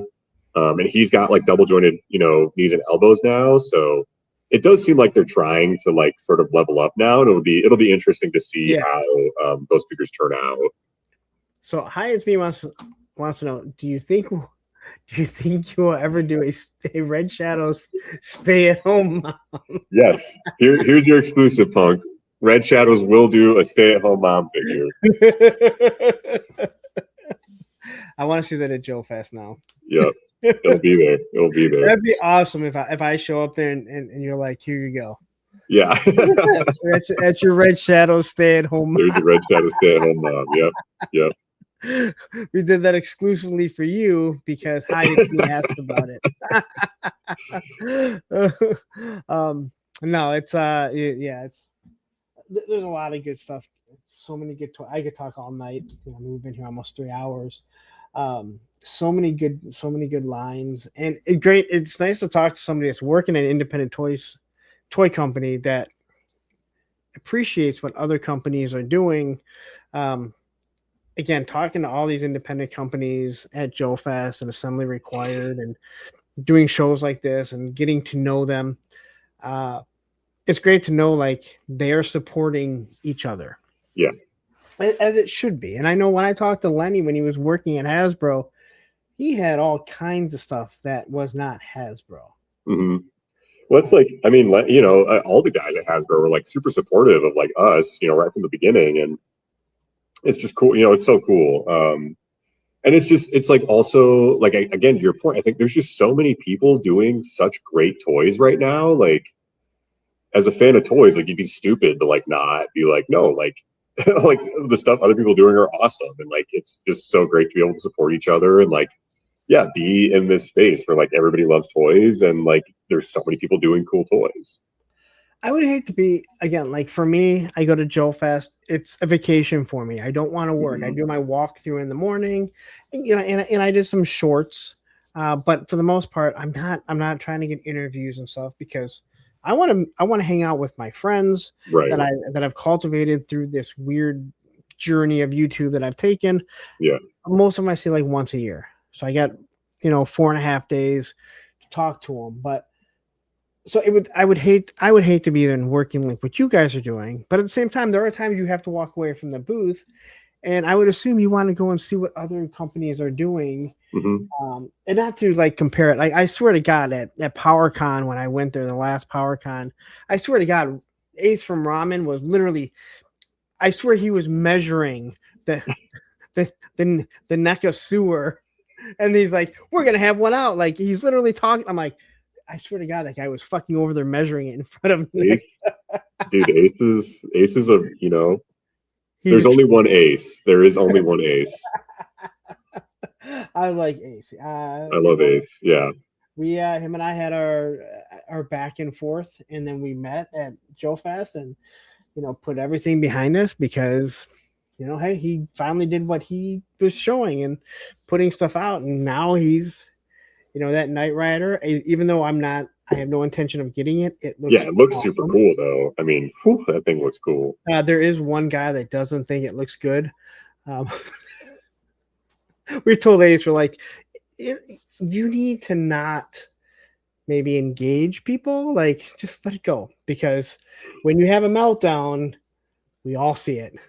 Yeah, it's so tough though too, because again, it's like, being, like, right, being on the other side of it, like, of course, there's that thing where, the negative voices tend to be the ones that stick, right? You can get a million people saying that, your stuff's the best and like they love it so much. Then there's one person that's like, oh, fuck that. Like, this is stupid. I hate, this, that, and the other thing is wrong with it. And like, for whatever stupid reason, you just like hyper fixate on that. And you're like, it's really hard to not get caught up in those things. But yeah, I mean, at the same time, to your point, I think it's also like, you're a professional and we all gotta try to do our best to, drown that out as much as we can. And that's what athletes say. Like, I won 5 Super Bowls, but it's that one I lost that eats at me. Right. And it's like, okay, well, I mean, I know the Buffalo Bills, they don't know. I live in Detroit, so the Lions never made it there. So right. Yeah, but the Lions never even get close. I mean, aside for the last couple of years, but yeah, those Bills fans, just every year, it's like, oh yeah, no, they're gonna do it, and then they just don't do it. They went to the Super Bowl 4 times and lost it, and like, and a true Bills fan will be like, do you know how hard it is to make it there 4 times in a row? Do you know how hard it is to lose all 4 of them? Right. Yeah. The odds of that are not not great. The odds would say you would win at least 1. All right, but you didn't. Right. Look at JMK saying, "Professional, get the heck out of here." Yeah. No, I wasn't talking about me, but I guess I did say we. I don't mean me. I'm just a guy. I'm just a dude. You're just a guy working in a toy store. Just a guy working at a toy company. That's it. Which is awesome. Again, like, you're living a dream, and we live in a different world. And I've told, when I got back into skateboarding just over 10 years ago, I'm 40 years old, and you're seeing these younger kids that are like 19, 20.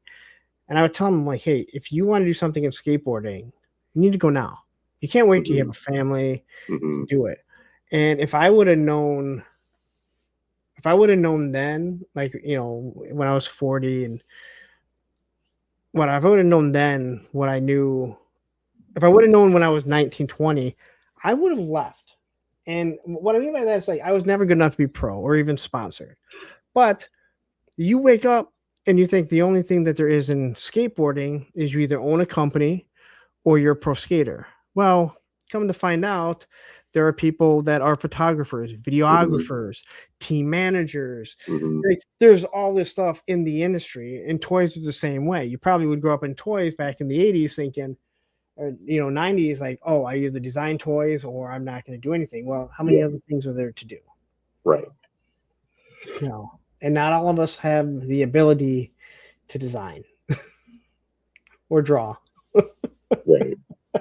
Yeah, it's crazy. It's genuinely so crazy. I feel I really stand like the luckiest person in the world to have such a great opportunity, and to be just doing cool toy shit at the end of the day.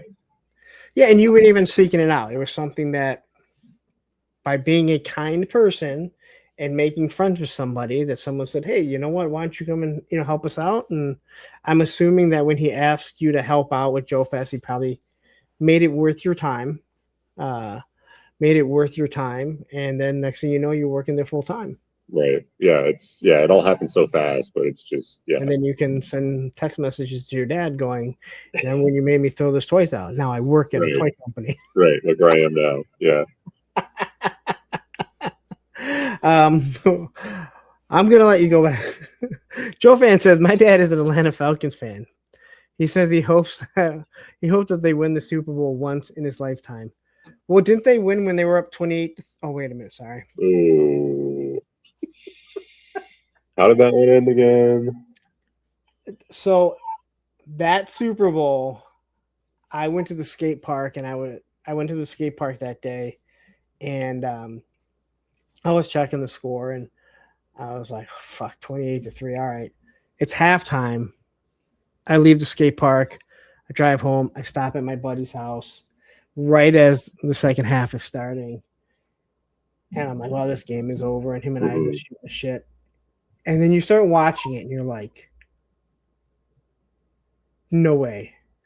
And then you're like, oh my gosh, dude. Like you are just that was truly watching people choke. Yeah, I mean they fell apart. Like just the most epic self-destruction of all time. Yeah. And hey, you know what? As I'm not a Lions fan, I watch the Lions. I live here. If they win, great. If they don't, I don't lose any sleep. 24-7. All they had to do 24-7, they finally go to the Super Bowl and they watch the 49ers embarrass them.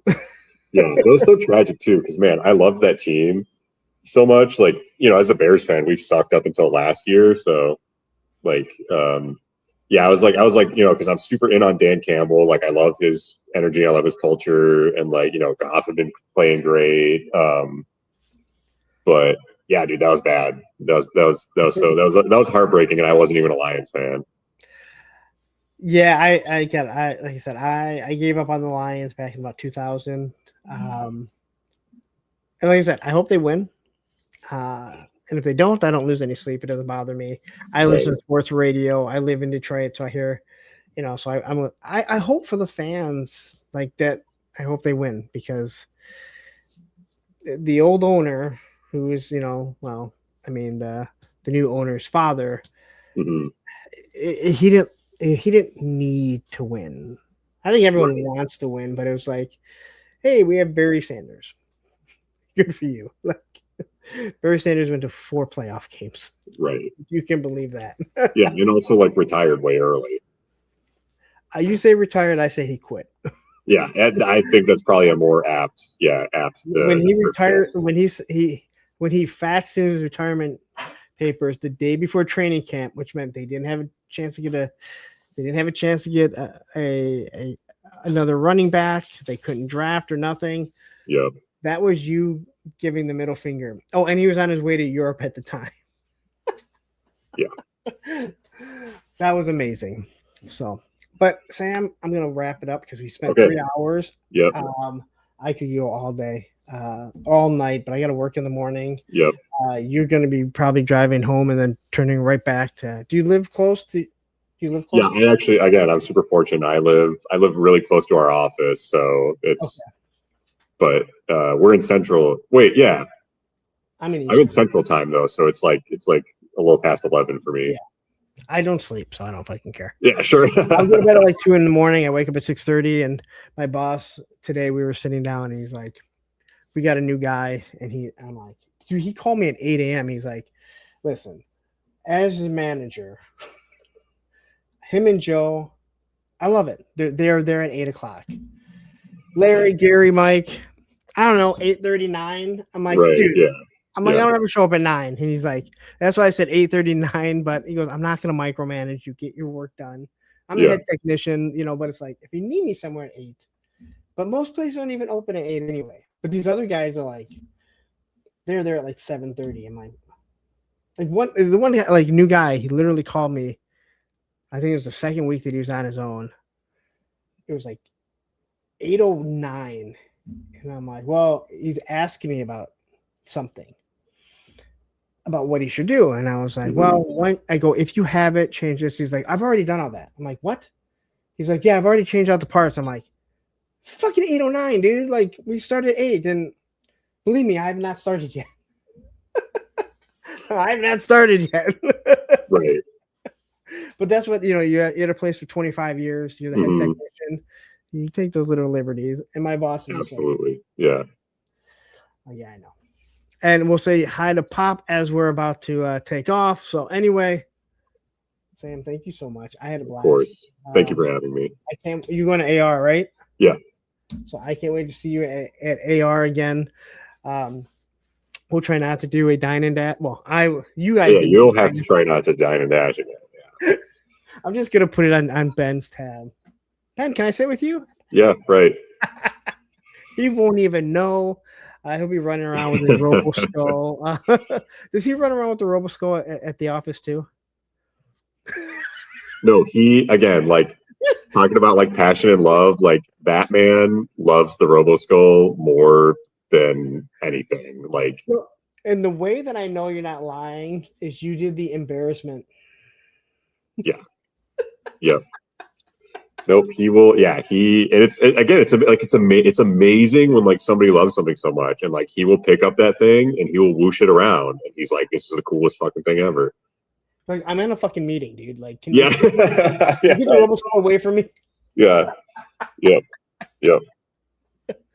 But anyway, again, thank you so much. Course. I Yeah, had thank a you for having blast. me. Like I said, Yeah. I could go on, and at assembly required, we'll definitely sit and hang Yeah, we'll out. tear the house down for sure. Yeah.